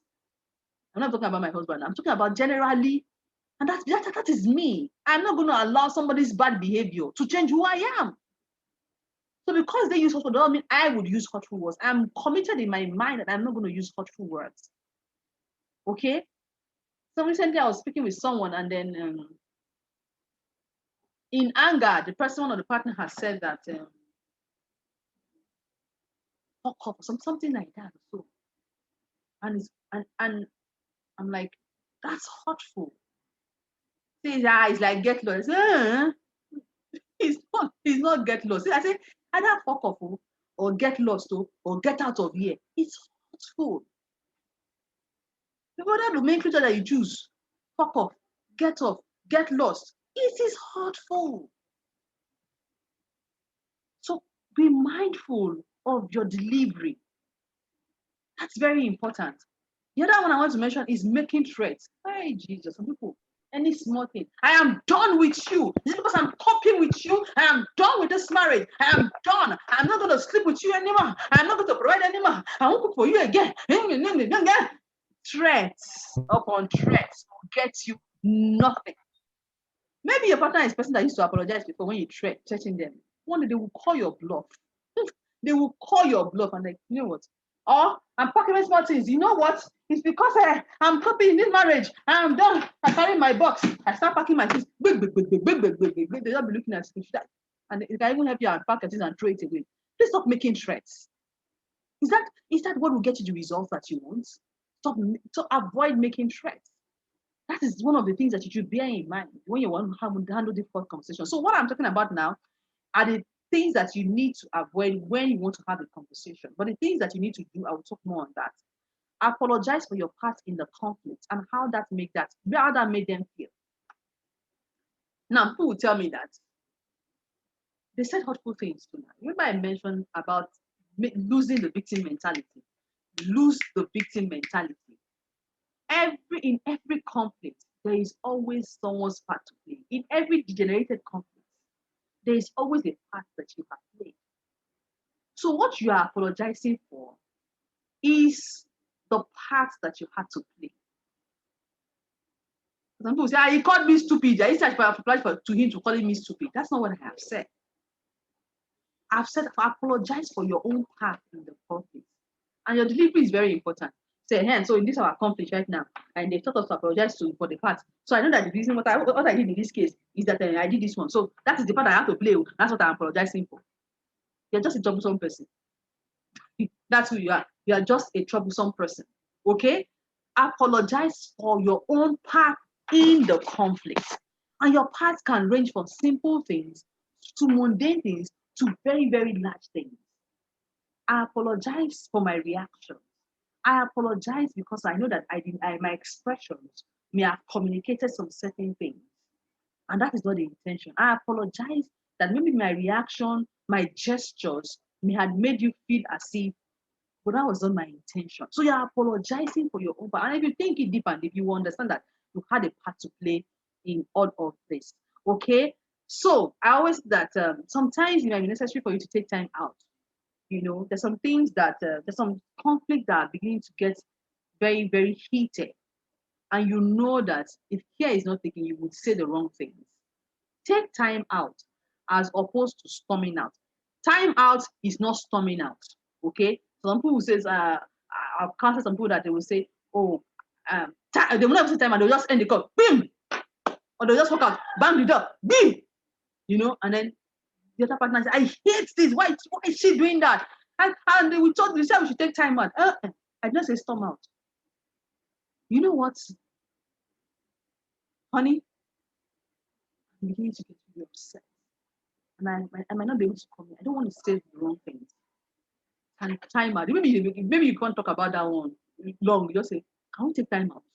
Okay? Both of you would have known maybe when things are good, you say, when we're very upset, maybe I know that you don't like me walking out. But when I say time out, maybe because I know that you're very heated, I don't want to say things that will hurt. So when you are some women, you're not going anywhere today. We must talk about it now. Now. We must talk about it. We must talk about it. Where are you going? And then you now go and stand at the door and lock her and hold the car key. You won't go. You will not go. You will not go. You must talk about it. Must talk about it. And begin to push their button. Push their button. Push their buttons. No, come on. Learn to take time out. And both of you would have, it's just that both of you would have agreed when things are still okay. You know, so that you don't go and lock the door and stand by the door. When you need to take time out, I need to take time out. Okay? I can't have this discussion right now. You know, I'm beginning to get very upset. I don't want to say things out that will be hurtful. Please, can't take time out. Time out is good when things are getting very, very heated. I know this is very difficult for some women. They don't know how to take time out, but please learn it. Please don't get physical, no matter what. Take a break instead. Take time out instead. Do not storm out. Okay, so let's move on. So I will need your help here in this other part. I talked about timing and delivery. That is super, super awesome. Please don't start a conversation when the time someone is coming back from work and they are tired. Someone is coming back from work and they are super, super tired. And that's when you want to. And that's when you want to talk about it. That might not get you the results that you desire. Timing is important. Timing is important. Okay? All right. So look at this expression here. The expression of this babe here. I think I have like 9 expressions, right? Look at it and tell me. Try these last 3. Can you see my cursor? These last 3. I'm not saying anything. My partner is talking to me, and I'm doing like this. I'm like, oh, which one? God. Are those positive gestures? Are those positive gestures? Just tell me in the chat. Are they positive gestures? All of the gestures that you have seen that this baby is doing here, are they positive gestures? They are not, right? They are not positive gestures. If your partner was talking to you and you had this gesture on, do you think that will encourage them? Do you think that will encourage them? Do you think that will encourage them?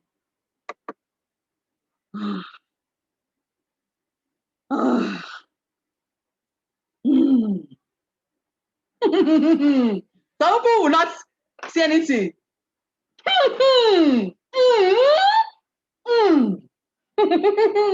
They'll be shaking their leg. Do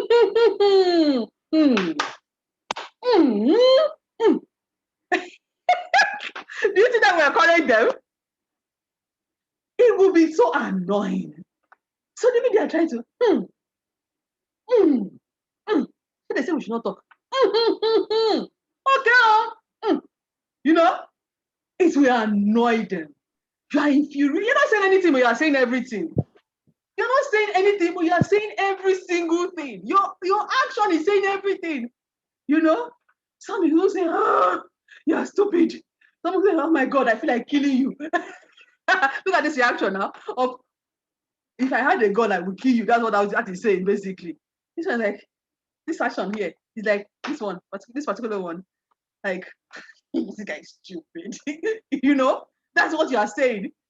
And interpretation is up to me, that the recipient. Maybe your reaction like this is not that stupid self, but I can read, she has said I'm stupid, I'm foolish, I'm idiot, I'm this, I'm that, even though you have not said that. Because that is what I can perceive from what your reaction is telling me. That's what I can perceive from what your reaction is telling me. And I can choose to perceive it the way I want to perceive it. Because you're not even saying anything. The reaction is saying everything. So, what am I saying? What you don't say is, some people, they'll be saying, I'm forgiving you. I'm forgiving you. I'm forgiving you. I'm forgiving you. What now? I'm forgiving you. Continue. Continue. You know? And they're like that. And some people, they do this very apology. I'll teach you how not to apologize. Some people, they have this reaction when they're apologizing. Do you think your partner will take it as a sincere apology? You're apologizing to your partner for something, and you do have this reaction. Do you think they'll take it as a sincere apology? Absolutely not. They would not do that. They would not. Timing and delivery. Timing and delivery. Sarcasm. Oh my God. Please. Is a joke. You know, somebody is having sex. Maybe both of them are having sex, and maybe you know that the partner has maybe the partner has sexual issues, and then maybe that's when you choose to laugh. You start laughing. How do you think that will make them feel? Sarcasm. How do you think that will make them feel? It is so uncaring. It is so inconsiderate. I'm not saying don't joke, but there's some joke that they will take when things are okay. And there's some joke that is so annoying. And say, it's joke now. It's joke. But you don't know timing. You don't understand timing. You don't understand delivery. You don't understand timing and delivery. That's very, very important. Okay? All right. So please always put that into consideration when you want to bring up difficult conversations. These things are achievable. They are very doable. They are very doable. What you need is mindfulness. Mindfulness. Okay? Separate assumptions and jump into conclusions. When you assume and you jump to conclusions, number one, the person that you are doing that it escalates issues, it degenerates. There's a difference between escalation and degeneration. Escalate means the issues will be enlarging. Yoruba will say, oh feloju. If you can, sorry if you are not Yoruba. Escalate means it makes the issues bigger. It makes it degenerating. It makes it deepen. So it escalates issues, it degenerates issues, it shuts down the process of reconciliation. When you make assumptions, it shuts down the process of reconciliation. And whoever that you are doing that to, even you will begin to defend your reality, defend yourself. Your reactions will be that of attacking and defending. It will be from a point of view of reconciliation. It will be from a point of view of let us try and make this work. Okay? You start defending yourself, you start attacking yourself. So please stay with me. I know we have how many people in the 27 people. If you can have more, that'll be fine. But I'm very, very glad that at least the people that are here are still here. Thank you so much for doing this. And I hope you're having fun. I learned one or two things. I try not to be boring in my delivery. So so please permit me, if you're not used to this, my gesticulation or it's just to ensure that we catch the message. Okay, that's very, very important. So in talking about assumption, I want to let you know the difference between relative facts and absolute facts. Relative facts and absolute facts. Okay, absolute facts are things that are absolute. I'm looking for the right word now. Borrow me a word. There are things that are sure, as sure as the sun will shine. And there are not a lot of things that are like that. Do you understand? There are not a lot of things that are like that. For example, death is absolute. Do you understand? God is absolute. Do you understand? So there are things that are sure. Relative facts are things that are based on people's experiences. So if I ask you, does smoking cause cancer, lung cancer? Some people might say yes, some people might say no. Right? Some might say yes, and some might say no. And some people that are saying no will be saying no because maybe their grandfather, for example, used to smoke and he died at 120. Their father used to smoke and he died at 120. How do you think that person wants to believe that smoking can cause lung cancer. How do you think that kind of person will believe that smoking can cause cancer? It's a relative fact. It's not absolute. It is not absolute. Okay? So, bringing it to the marriage relationship, there are a lot of things that we argue over, which is based on personal perspective. What we try to do is the perspective of the other person. Don't make your perspective a finality. I hope we can get this. Don't make your perspective a finality. What we're trying to do is find a middle ground. Your perspective is not the final say. Okay? Your perspective is not the final say. Oh, your perspective might be right. Oh, your perspective might be true. Okay? But because it's about listening to the other person's perspective and actually trying to reach a middle ground. Trying to reach a middle ground. So in handling difficult conversations, stop assuming, stop jumping to conclusion. Oh no. Because you saw your husband with a lady in your husband's car, and maybe they were having lunch in one hotel, does not mean that he's having sex with her. Come on. Because somebody dropped your wife somewhere does not mean that. Oh, let me go to be first Christian husband. So because your wife has said, I've heard that I want head now. If you are single, yeah, sorry. Maybe I want head now. I want to be giving you a blowjob. And maybe you are very, very conservative. And say, oh my God, you have joined bad gang. You are becoming very promiscuous. Because you have assumed that openness, and those are the kind of things that make people shut down. You know, there's someone that actually told his wife to switch off the light and share, well, what do you want to be looking at? You'll be shocked at the things that we hear. You know, the wife said, let's put on the light and have sex. Now he says, you have become a prostitute. You have become a prostitute. What do you want to be looking at? Switch off the light and it's in darkness. You should be having sex in darkness. You know, all of those conditioning. If you don't, who told you that? Because it's simple for this. Because you saw something, it does not mean that is it. I've seen this actually tear couples apart. When the couple started to talk about the affair that happened, the wife in her mind, the man has been having an affair since the beginning from time immemorial. And the man started having an affair. I'm not excusing the affair. The man started having an affair when things generated so bad. And so because she has assumed that the man was having an affair from the very beginning, she had started taking it out on him. She has started, so both of those things caused issues between them. Do you understand? So I'm not saying that. So suppose that some of the things that you saw might be an indicator, but is it an absolute? Is it an absolute? So I'm not saying don't address those concerns, right? I'm not saying don't address those concerns, but don't make it absolute. Don't make it absolute. That's very important. So quickly, because I want us to spend some time in the breakthrough rooms, I'll take the next 30 minutes to talk about the things that I have to talk about. And if you want the slides, I can always send it to you after so that you can look at it. Because I still have a lot of things to cover. So managing huge conflict and moving. So I'm going to talk about desire positive response. What's desire positive response? Desire positive response is what I intend to achieve from the issues that we're having. Okay? And that's always a guiding principle. That's always a guiding rule of every one of your actions. What is my desired positive response? What is my desired positive response? What is my desired positive response? What is my goal in this conflict? Do I want reconciliation really? Or do I want to be proven right? Is this thing worth talking about now? I'm asking this question so that when you go through conflict with your partner, you need to begin to ask yourself this question.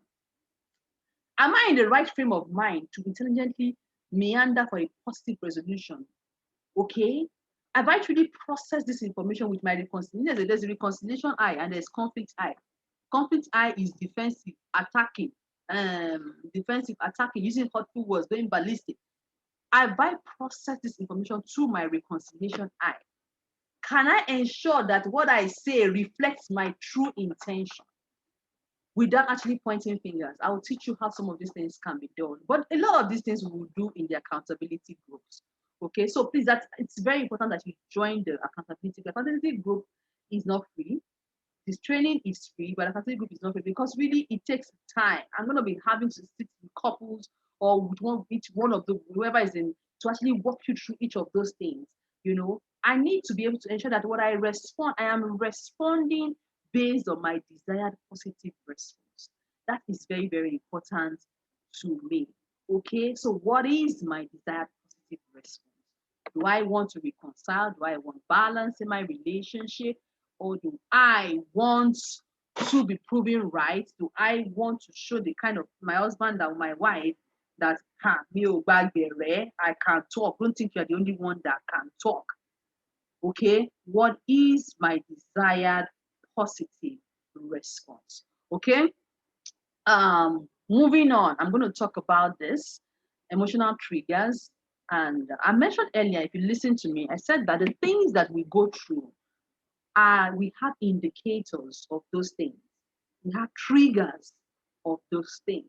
Okay, so what we see are the external manifestations. So look at this couple here. This one looks like silent treatment. All of them silent treatment. Everybody just on their own.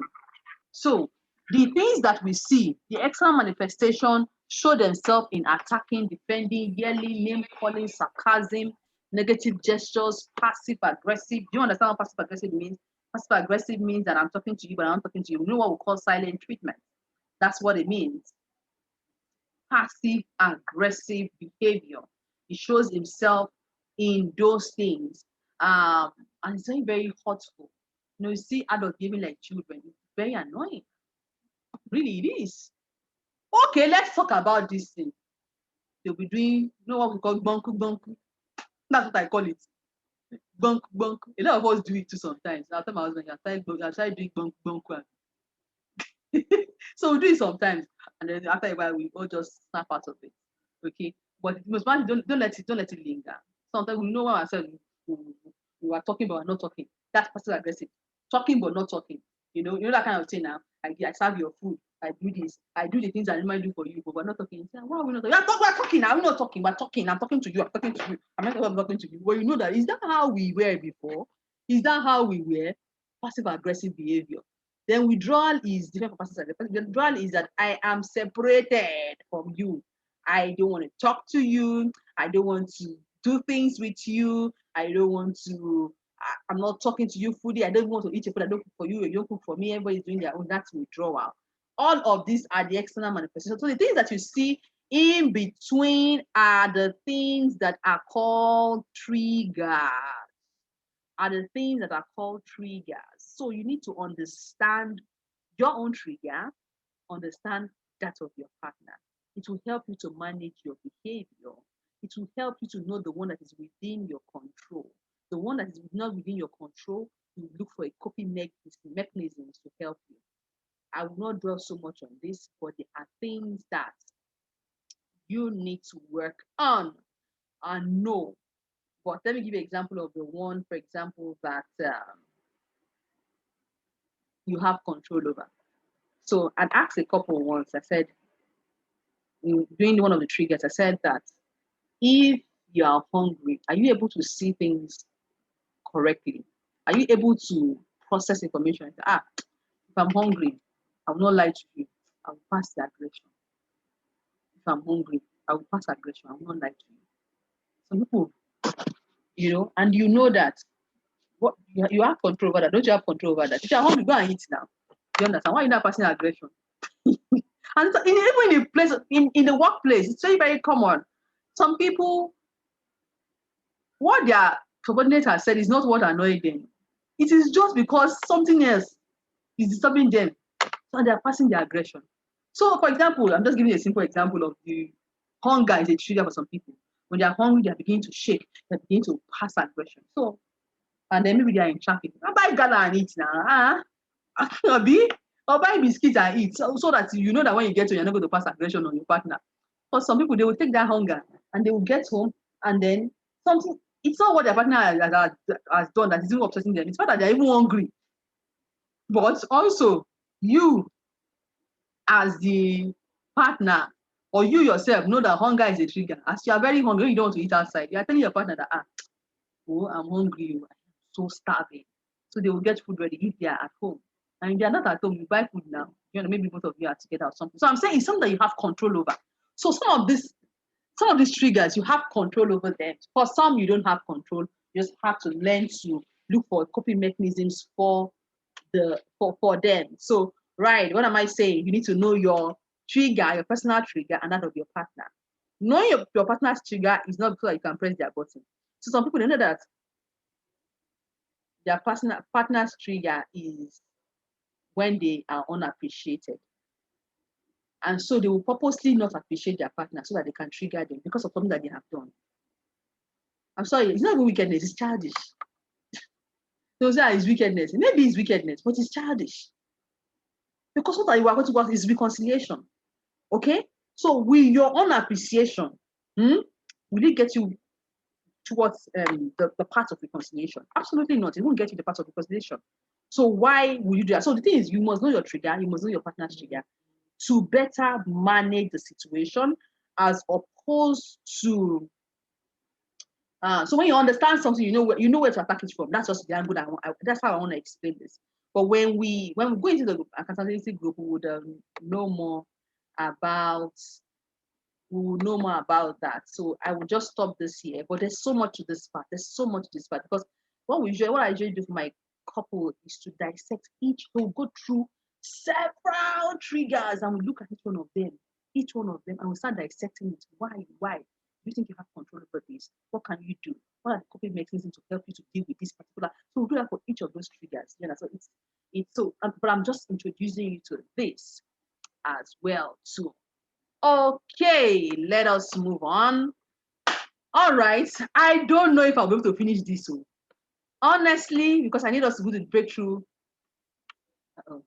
I need us to do the breakthrough.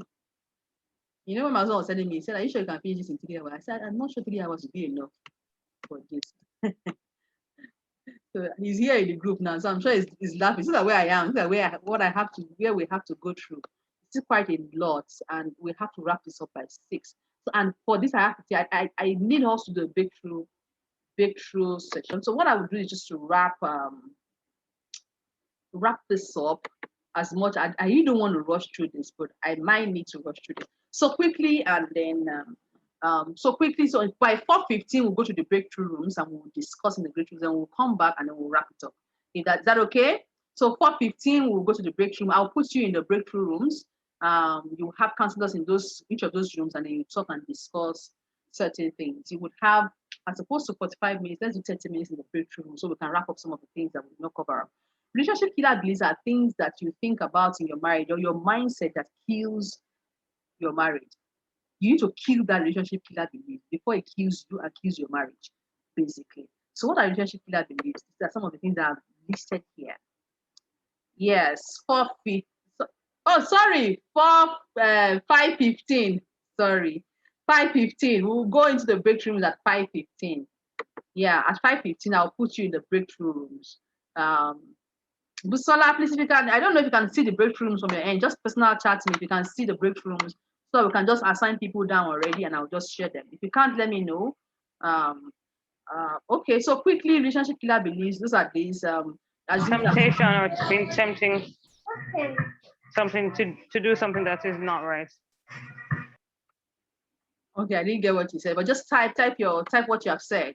Okay, so relationship killer beliefs are beliefs that would kill your marriage and your relationship, the thoughts and the process that will kill your relationship. So some of them are assuming that all your partners actually there by their desired purposes. So in your heart of heart, you think that your partner is there too. So I'm not saying that this does not happen, but set your heart. Is your partner the kind of person that will sit down today? My job today is to ensure that Mary, I will frustrate you, Mary. I will make you unhappy. So I'm not saying their actions might be showing that, but do you think those actions sometimes are very intentional and planned? Some people will plan it too. I'm not saying they do not plan, but if you know that, okay, maybe they are upset, they are reacting, that's a negative reaction, but that it is intentional, that they sat down and they planned it, that, okay, Whoa. Okay. All right, no problem. I'll deal with it from my end. Thank you, Mr. All right. So the second part is that you're depending on your partner's behavior to act in an ideal manner. I talked about this earlier too. Don't wait for your partner to do the right thing before you start doing the right things. You can do the right things. You can. It is possible for you to do the right things. I'm a good person. I'm a nice person. I will be nice. Do you understand? I will speak well. Do you see yourself as a royal priest? Do you think about the Queen of England and some of your reactions? This is just an earthly example. Do you see her in that kind of confrontation? I don't think so. I am valuable. I will not allow somebody's bad behavior to push me to act in a manner that is not ideal. High expectations. This kills a lot of marriages. Oh my God. High expectation coming into marriage, high expectation in marriage. My dear, manage your expectations. I will teach you more on this when you join the accountability group. Attributing every misstep as a sign of bad behavior, poor staying power. My God, this is affecting our generation. That's why people getting married 2 months and then 1 year, and they don't have staying power anymore. And then the quick languages. Guess that language? Irreconcilable differences. That's the common thing. People are not willing to stay to walk through their challenges. That's because they've set their expectations so high. Attributing the value and the worth of your partner only to the negative. I think I talked about this already. The bad behavior or that aspect of your partner is not their entire being. What are they doing that is right?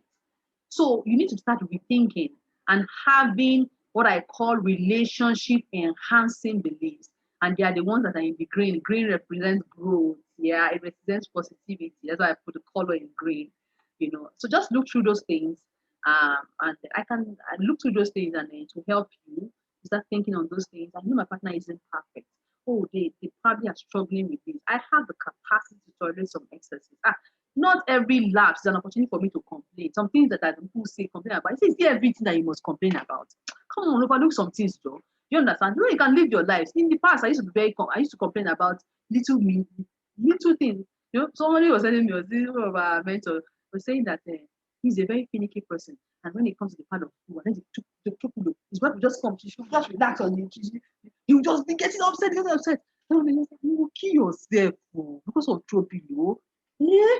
You just talk about that, I can't kill myself, Daddy. This is too small to be putting this strain on me. There's so much to life than me bothering about trophy. Do you know? So yeah, empathy. We need to. I will draw more on all of this. How was my happy place? I have to separate assumptions on facts. I need to take out time. I need to look at their effort. Look at the efforts they are making. What is working in that relationship? What is working in that marriage? What is the thing that they do so well? Rarely will you find someone that is 100% bad. Absolutely not. Rarely will you find someone that is 100% bad. What are they doing that is okay? What are they doing? Have you built a culture of gratitude around what they are doing? So this I are supposed to use statement. This would help you. Let's just look at it. So I statements reverses your conversation from what they are doing to how it makes you feel. Now, this does not mean it will resolve the issue, but it can make them empathetic. So let's look at some of these examples of I and you statements. And when you look at the I statement, you are a bit sympathetic. You are a bit willing to listen. Someone care. You don't care about me. You are so inconsiderate. You never have time for me. And the person says, when you don't pay me attention, or when you don't call or text me, I feel, or you can say, I feel disconnected. I'm very lonely. I want to spend time with you. And when I don't receive calls for you or text message, that's how it makes me feel very lonely. Like, where's my husband? This thing that will kind of melt the person. This is not some people overuse the I statement. So they know an I statement, they are using it every day. When you don't do this, I feel this way. You don't do this, I feel this way. You don't do this, that is not what we are saying. Okay? So in managing huge conflicts, when you use a you statement, it makes the person defensive. It makes the person want to attack or defend themselves. Okay, let's look at the one about work. It says you care more about work than you do about your own family. That is a you statement. You are attacking them. And the person is thinking, I'm working for us, for crying out loud. I'm working so that we can have money. But when you say, I really want to spend time with you, spending time with you makes me somewhat fulfilled. You know, that's toasting. You know, and we don't get to spend time together. It makes me so disheartened. It's disheartening my heart. Person say, oh no, but I'm so busy. Okay, what can we do? Okay, let's create 1 hour. Let's create an income. It makes them want to listen more. Don't you think so? Tell me in the comment section. Don't you think so? Look at some of these you and I statements. Don't you think that it will make the person want to listen to you when you make an I statement? I'm telling you how I feel, not attacking you. How the action makes me feel. Tell me in the comment section. Do you think? Look at it. I'm not going to read it out again. Look at it for my screen.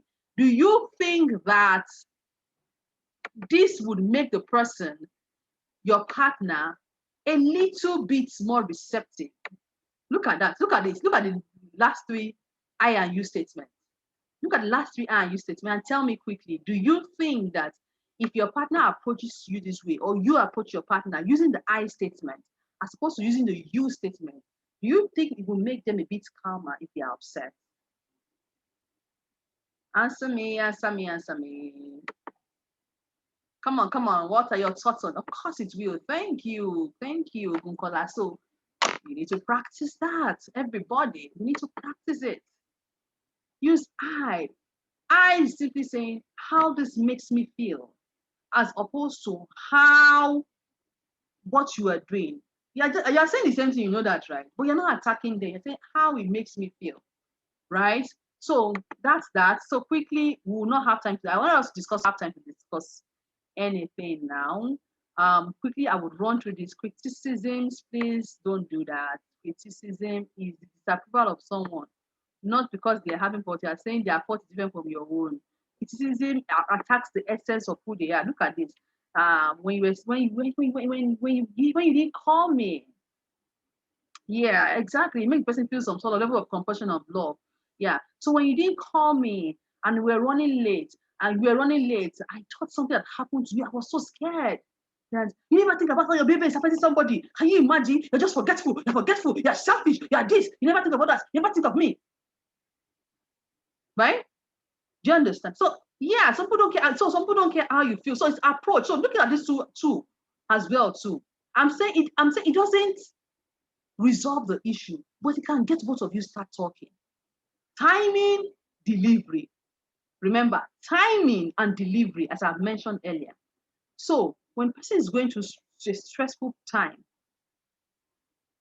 that's not the time to actually bring up some certain things. Okay, timing and delivery, using all of these things, all of these steps, and all these points that I've taught you, can in a long way. So for people that have deep marital issues, if you start using these things, it doesn't necessarily guarantee a transformation, because the person is thinking that you're pretending. Oh, the person is this one. He's lying. She's lying. You know. But when you've done it consistently, they begin to soften up. Of course, they are hard. Because of all the past experiences that they've had, their heart is hardened towards you. So it's not one action, 2 action. So I usually tell people that during counseling that you've had a 2-year issue. 1 or 2 months of counseling would not automatically change that, but a change of perspective will help both of you to continue to look at the positive side of things. So the person has seen you at your worst in the last 6 months, 1 year, and you start doing something good. It doesn't mean that things will change automatically. It doesn't mean that they would, this person did well today, they will stay. It's over time. So people will do it 6 months, 1 year before they begin to see the radical change that they want to see. It's consistency. And being consistent, doing this is consistently means that I'm okay with doing this thing. And you'll be able to do it easily when you take care of, when I talk about first things first, right? When you do the first things first, it becomes easier for you and you're more empathetic to doing these things, you know? So yeah, quickly, I would, let me start sharing into So let me, okay, hold on. So I would quickly run through this. So stop using sweeping statements. A sweeping statement is generalizing. You always do this, you never do this. When you see someone always do something, that means they always do it too. That means they always do it. You do always do it. This thing infuriates. It will infuriate anybody. Okay? So please avoid using sweeping statements. Okay? All right. Please, I'm trying to multitask here. So I'm talking and I'm trying to assign you into the breakthrough rooms, right? So how many people we have here? We have 27 people here. If I divide you into 4, maybe like 9, right? Almost 9. So I'm going to divide in no particular order. I'm going to divide that. So tell me what you're learning so far in the comment section while I do this. Okay? Tell me what you are learning so far. What have you learned so far in all of this? Okay, please help me out. Can you say something? Not say something. Can you just talk? If you can. 5, 6, 7, 8, 9. Room 2. In the chat section, if you can help me by telling me what you've learned so far, that would be very helpful. Mr. Fakunle, if you can private chat me, I don't know. Okay, I don't know your handle, so I really don't know. Okay, so I have assigned, I'm going to assign the breakthrough. Mr. Fakunle, please private chat me so that I can know. So that I can know your handle. So I've assigned the breakthrough rooms. But let's take the next 5 minutes. Timing and delivery. Awesome, awesome. The positive change starts with me. Absolutely, absolutely. Okay, so remember that what I said is that what I said. So we have 3 breakthrough rooms and we have 9 people. So in breakthrough room 1, we have I think I'm the counselor. Who is the counselor in breakthrough room 1? In breakthrough room 2, we have Mrs. Oyeti. Mr. Fakunle, I don't know what your handle is. If you can help me with your handle. I have learned how to talk softly when there is an issue. Also, apologize instead of apportioning blame. Absolutely. So, Father's Word UK, yes, that's your handle. You are in charge of breakthrough room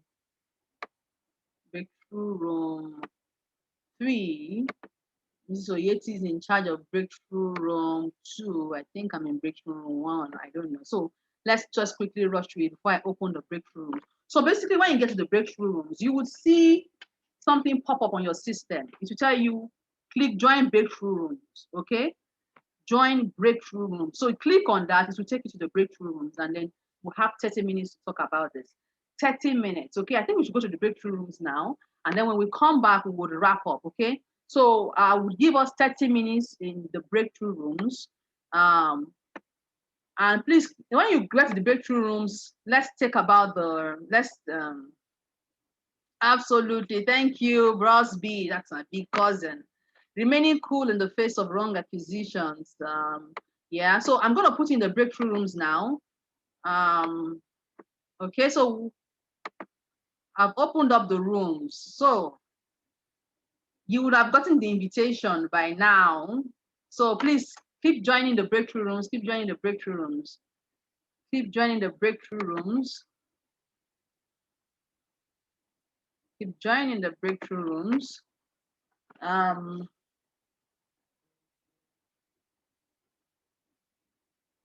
Keep joining.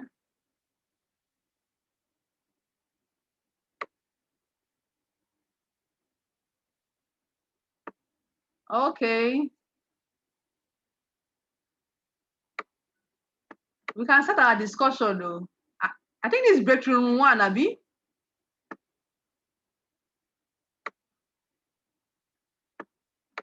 All the people left here, didn't I assign you?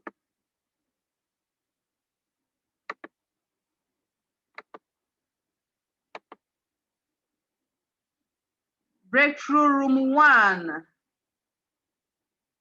I think that should be my husband. Almost.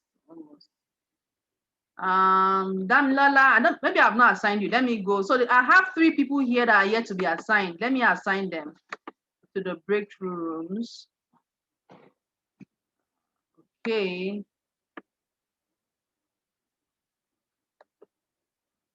Damilola, who has an Obafemi?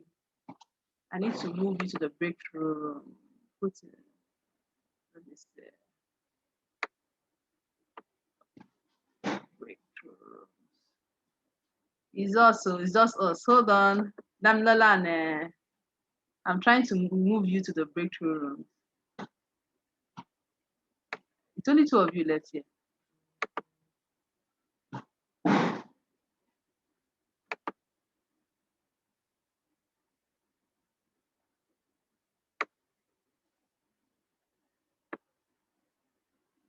Mr. Wafemi, sorry, I'm trying to move you to the breakthrough room. And I'm wondering, unassigned. Okay, I've seen you. Let me assign you now. I'll assign you to breakthrough room 1. Oh, awesome. Can you see the notification now?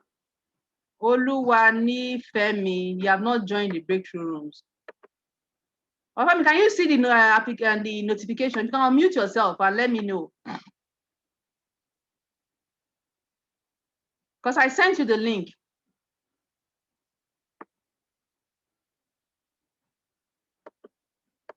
I'm not seeing anything. No.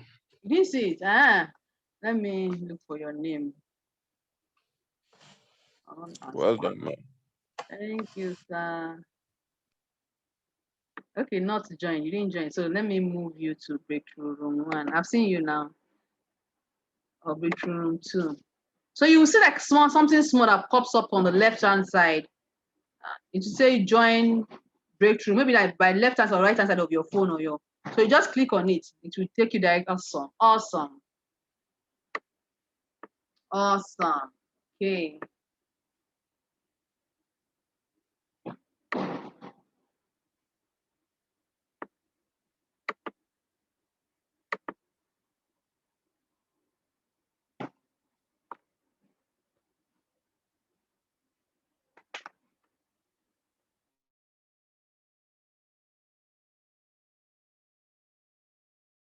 Be difficult.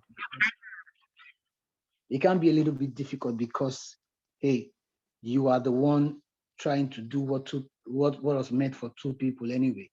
So in that kind of situation, you need some level of support system, and that's where the whole idea about this breakout room comes from. Like, so that people know, people have an idea. Okay, that so if I can relate to someone that has gone through maybe something similar, or maybe not necessarily something similar, or someone that can. Okay. Awesome. So 15 minutes, please give me 15 minutes of your time and then I would wrap this up. All right. So we can't cover all of this, but I want us to talk about 2 things before we wrap this up. We are far gone, but I don't know if you can still see my screen. Yeah. So basically, you need to pick your battles. Don't muddle up too many issues. Aim to understand perspective of your partner. Let reconciliation be at the fore of your mind. That's very important. There are ways you shouldn't apologize. When you apologize in this particular way, it tends to escalate issues, basically. So these are the ways. I will send them to you in the group. But it will be good for you to actually think, see all these 10 ways. Don't apologize that way. I thought we will have time to actually go through them, but there are 2 key things I want us to discuss before I wrap this up. And I want to talk about this and this. I think we've done the breakthrough groups already. So this, the benefit of the compatibility, I want to talk about this, and I'll talk about what you can do immediately to start making things work. You can start applying the things that you learned through this. You will see a definite change in yourself and in your partner and in your marriage as well too. So the accountability group, the reason why we have done this is sometimes I know that people know what to do. but they don't have the willpower to be able to do those things. They don't have the motivation to do that. And that's where the accountability group,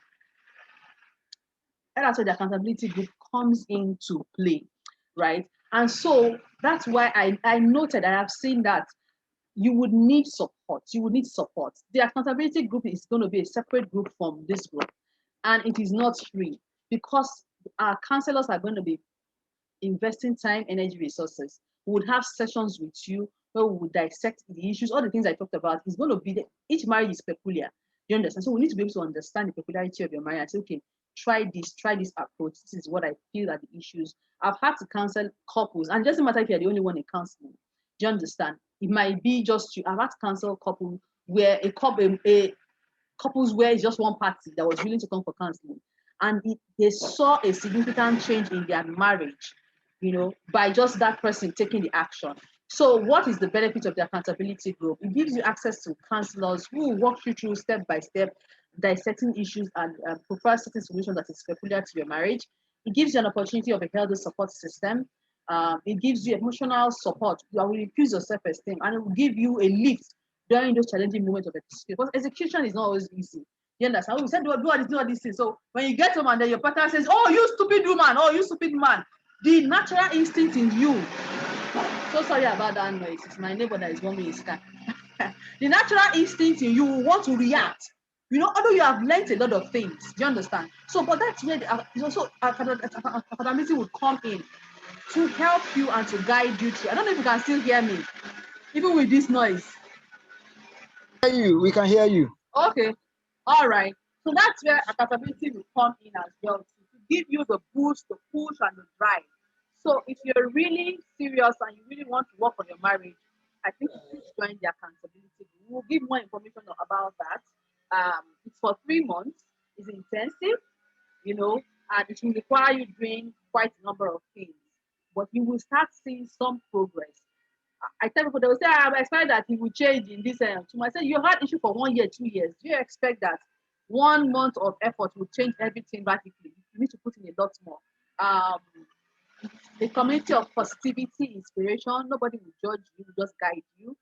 You will see acceleration, you will see progress. So I hope you will join the accountability group. It would help you. If you need more information, we'll create a group and it would push more people to join that. But really, if you know that you can do this on your own, all well and good, you can start to do that on your own. So quite quickly before I wrap up, I can't wrap up without talking about this. If you look at this triangle here, God is at the top. The husband and wife are far. So look at it. He said the further from God the couple are, the distance between the husband and wife is greater. Look at this. Imagine this. Look at them. The husband is where, the wife is here. They are far from God because they are far from God. But the more they move closer to God, the more they become close. Is that not amazing? The closer you are to God, the closer you and your husband would be, the closer you and your wife would be. As the wife is moving closer to God and the husband is moving closer to God, they are able to see eye to eye, and they're able to see resolve their issues better because they are not apart again. They are looking at one direction, which is the God direction. It just gets me excited. So some people will say that, okay, what if my husband is not a Christian or is not a believer, is not ready to put in the work? Then I think you underestimate the power of God. So I put that scenario here. The wife or the husband is the one that is closer to God. And the wife or the husband is the other one on this side here, and is the one that is not close to God. As you take certain actions, as you do change your mindset, as you change the way you talk, as you change the way you react, as you change the way you do things, in addition to prayer, purposeful prayer. So I ask people sometimes, how do you pray for your partner? How do you really pray? You see, God bless them, God bless him.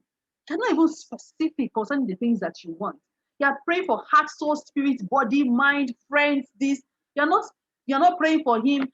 You're not crying, God, whoa, God, why me? Why is this happening? How are you praying for your partner? Are you being specific about the prayers for your partner? Are you being deliberate? You are taking his mind.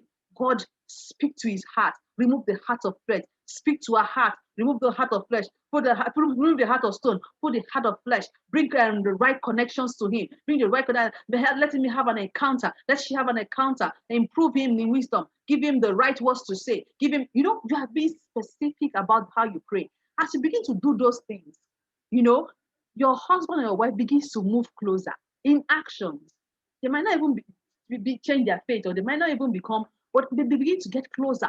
They begin to move upward. They begin to move forward. You begin to see certain changes. And that's what I don't want you to take for granted.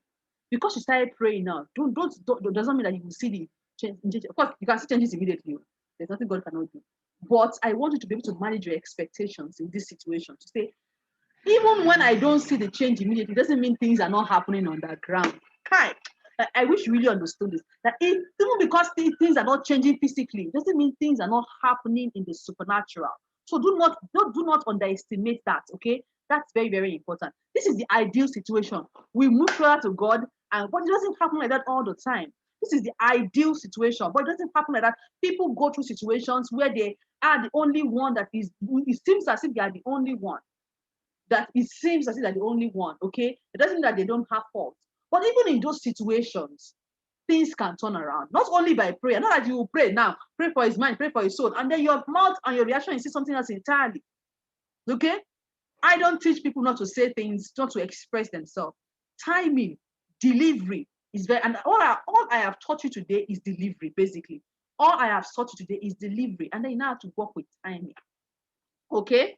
All right. So quickly before we move on, the final thing before we move on, we've done this already. What can I start doing now? What can I start doing now? I've mentioned 4 things that you can start doing.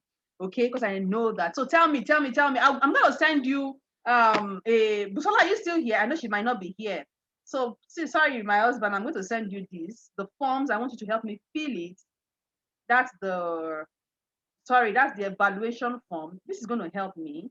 It's going to help us. It's going to help my counselors to be able to, for our next sessions, basically, to plan and to do things well. I actually thought we were going to have close to 100 people because we had 100 people register, but it's okay. I'm blessed that this number of people stayed, and they stayed towards this time.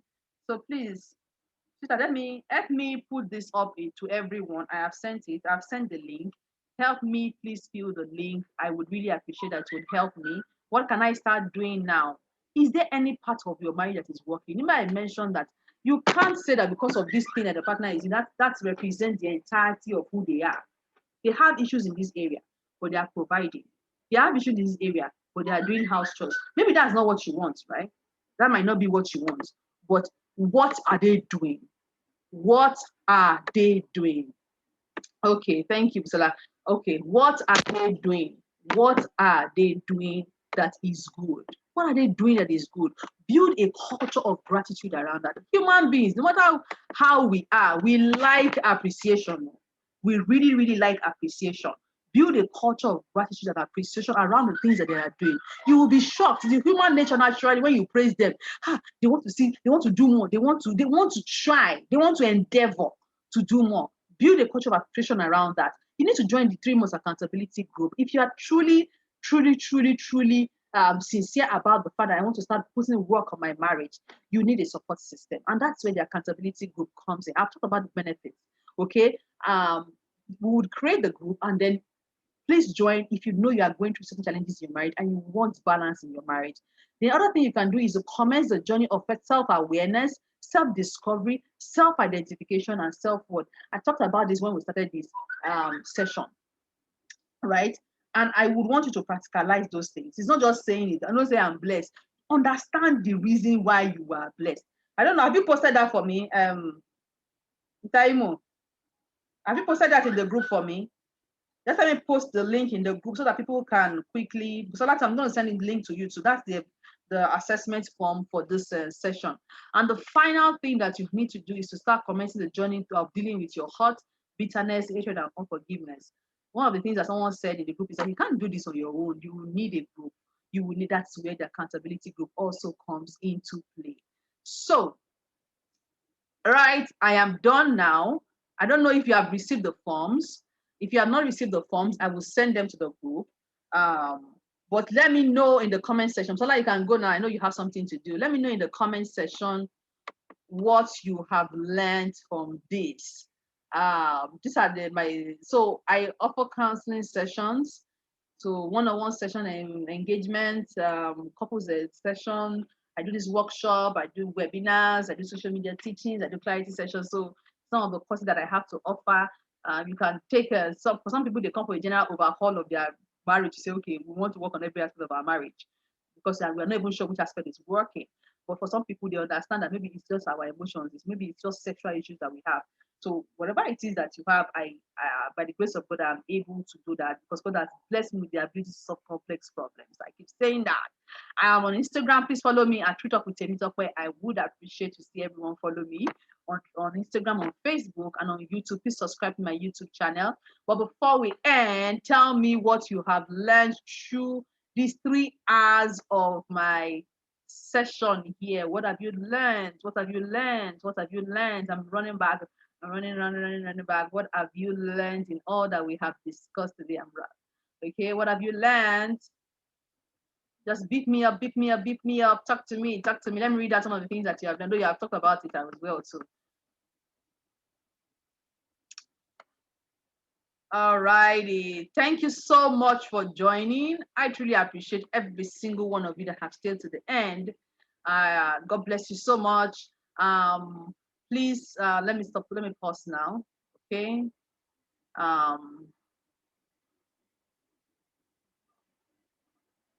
If you have any questions, our words and expressions are key. Closure is necessary in healing, so you don't voice an offense again. Honestly, time and delivery will go a long way. It can take make a whole lot of difference. Wonderful. Just put all of these things in the evaluation form that I will be sending to you in a bit. And we will we'll go deeper into all of these things during the accountability group. So at this point in time, I would like to say thank you once again.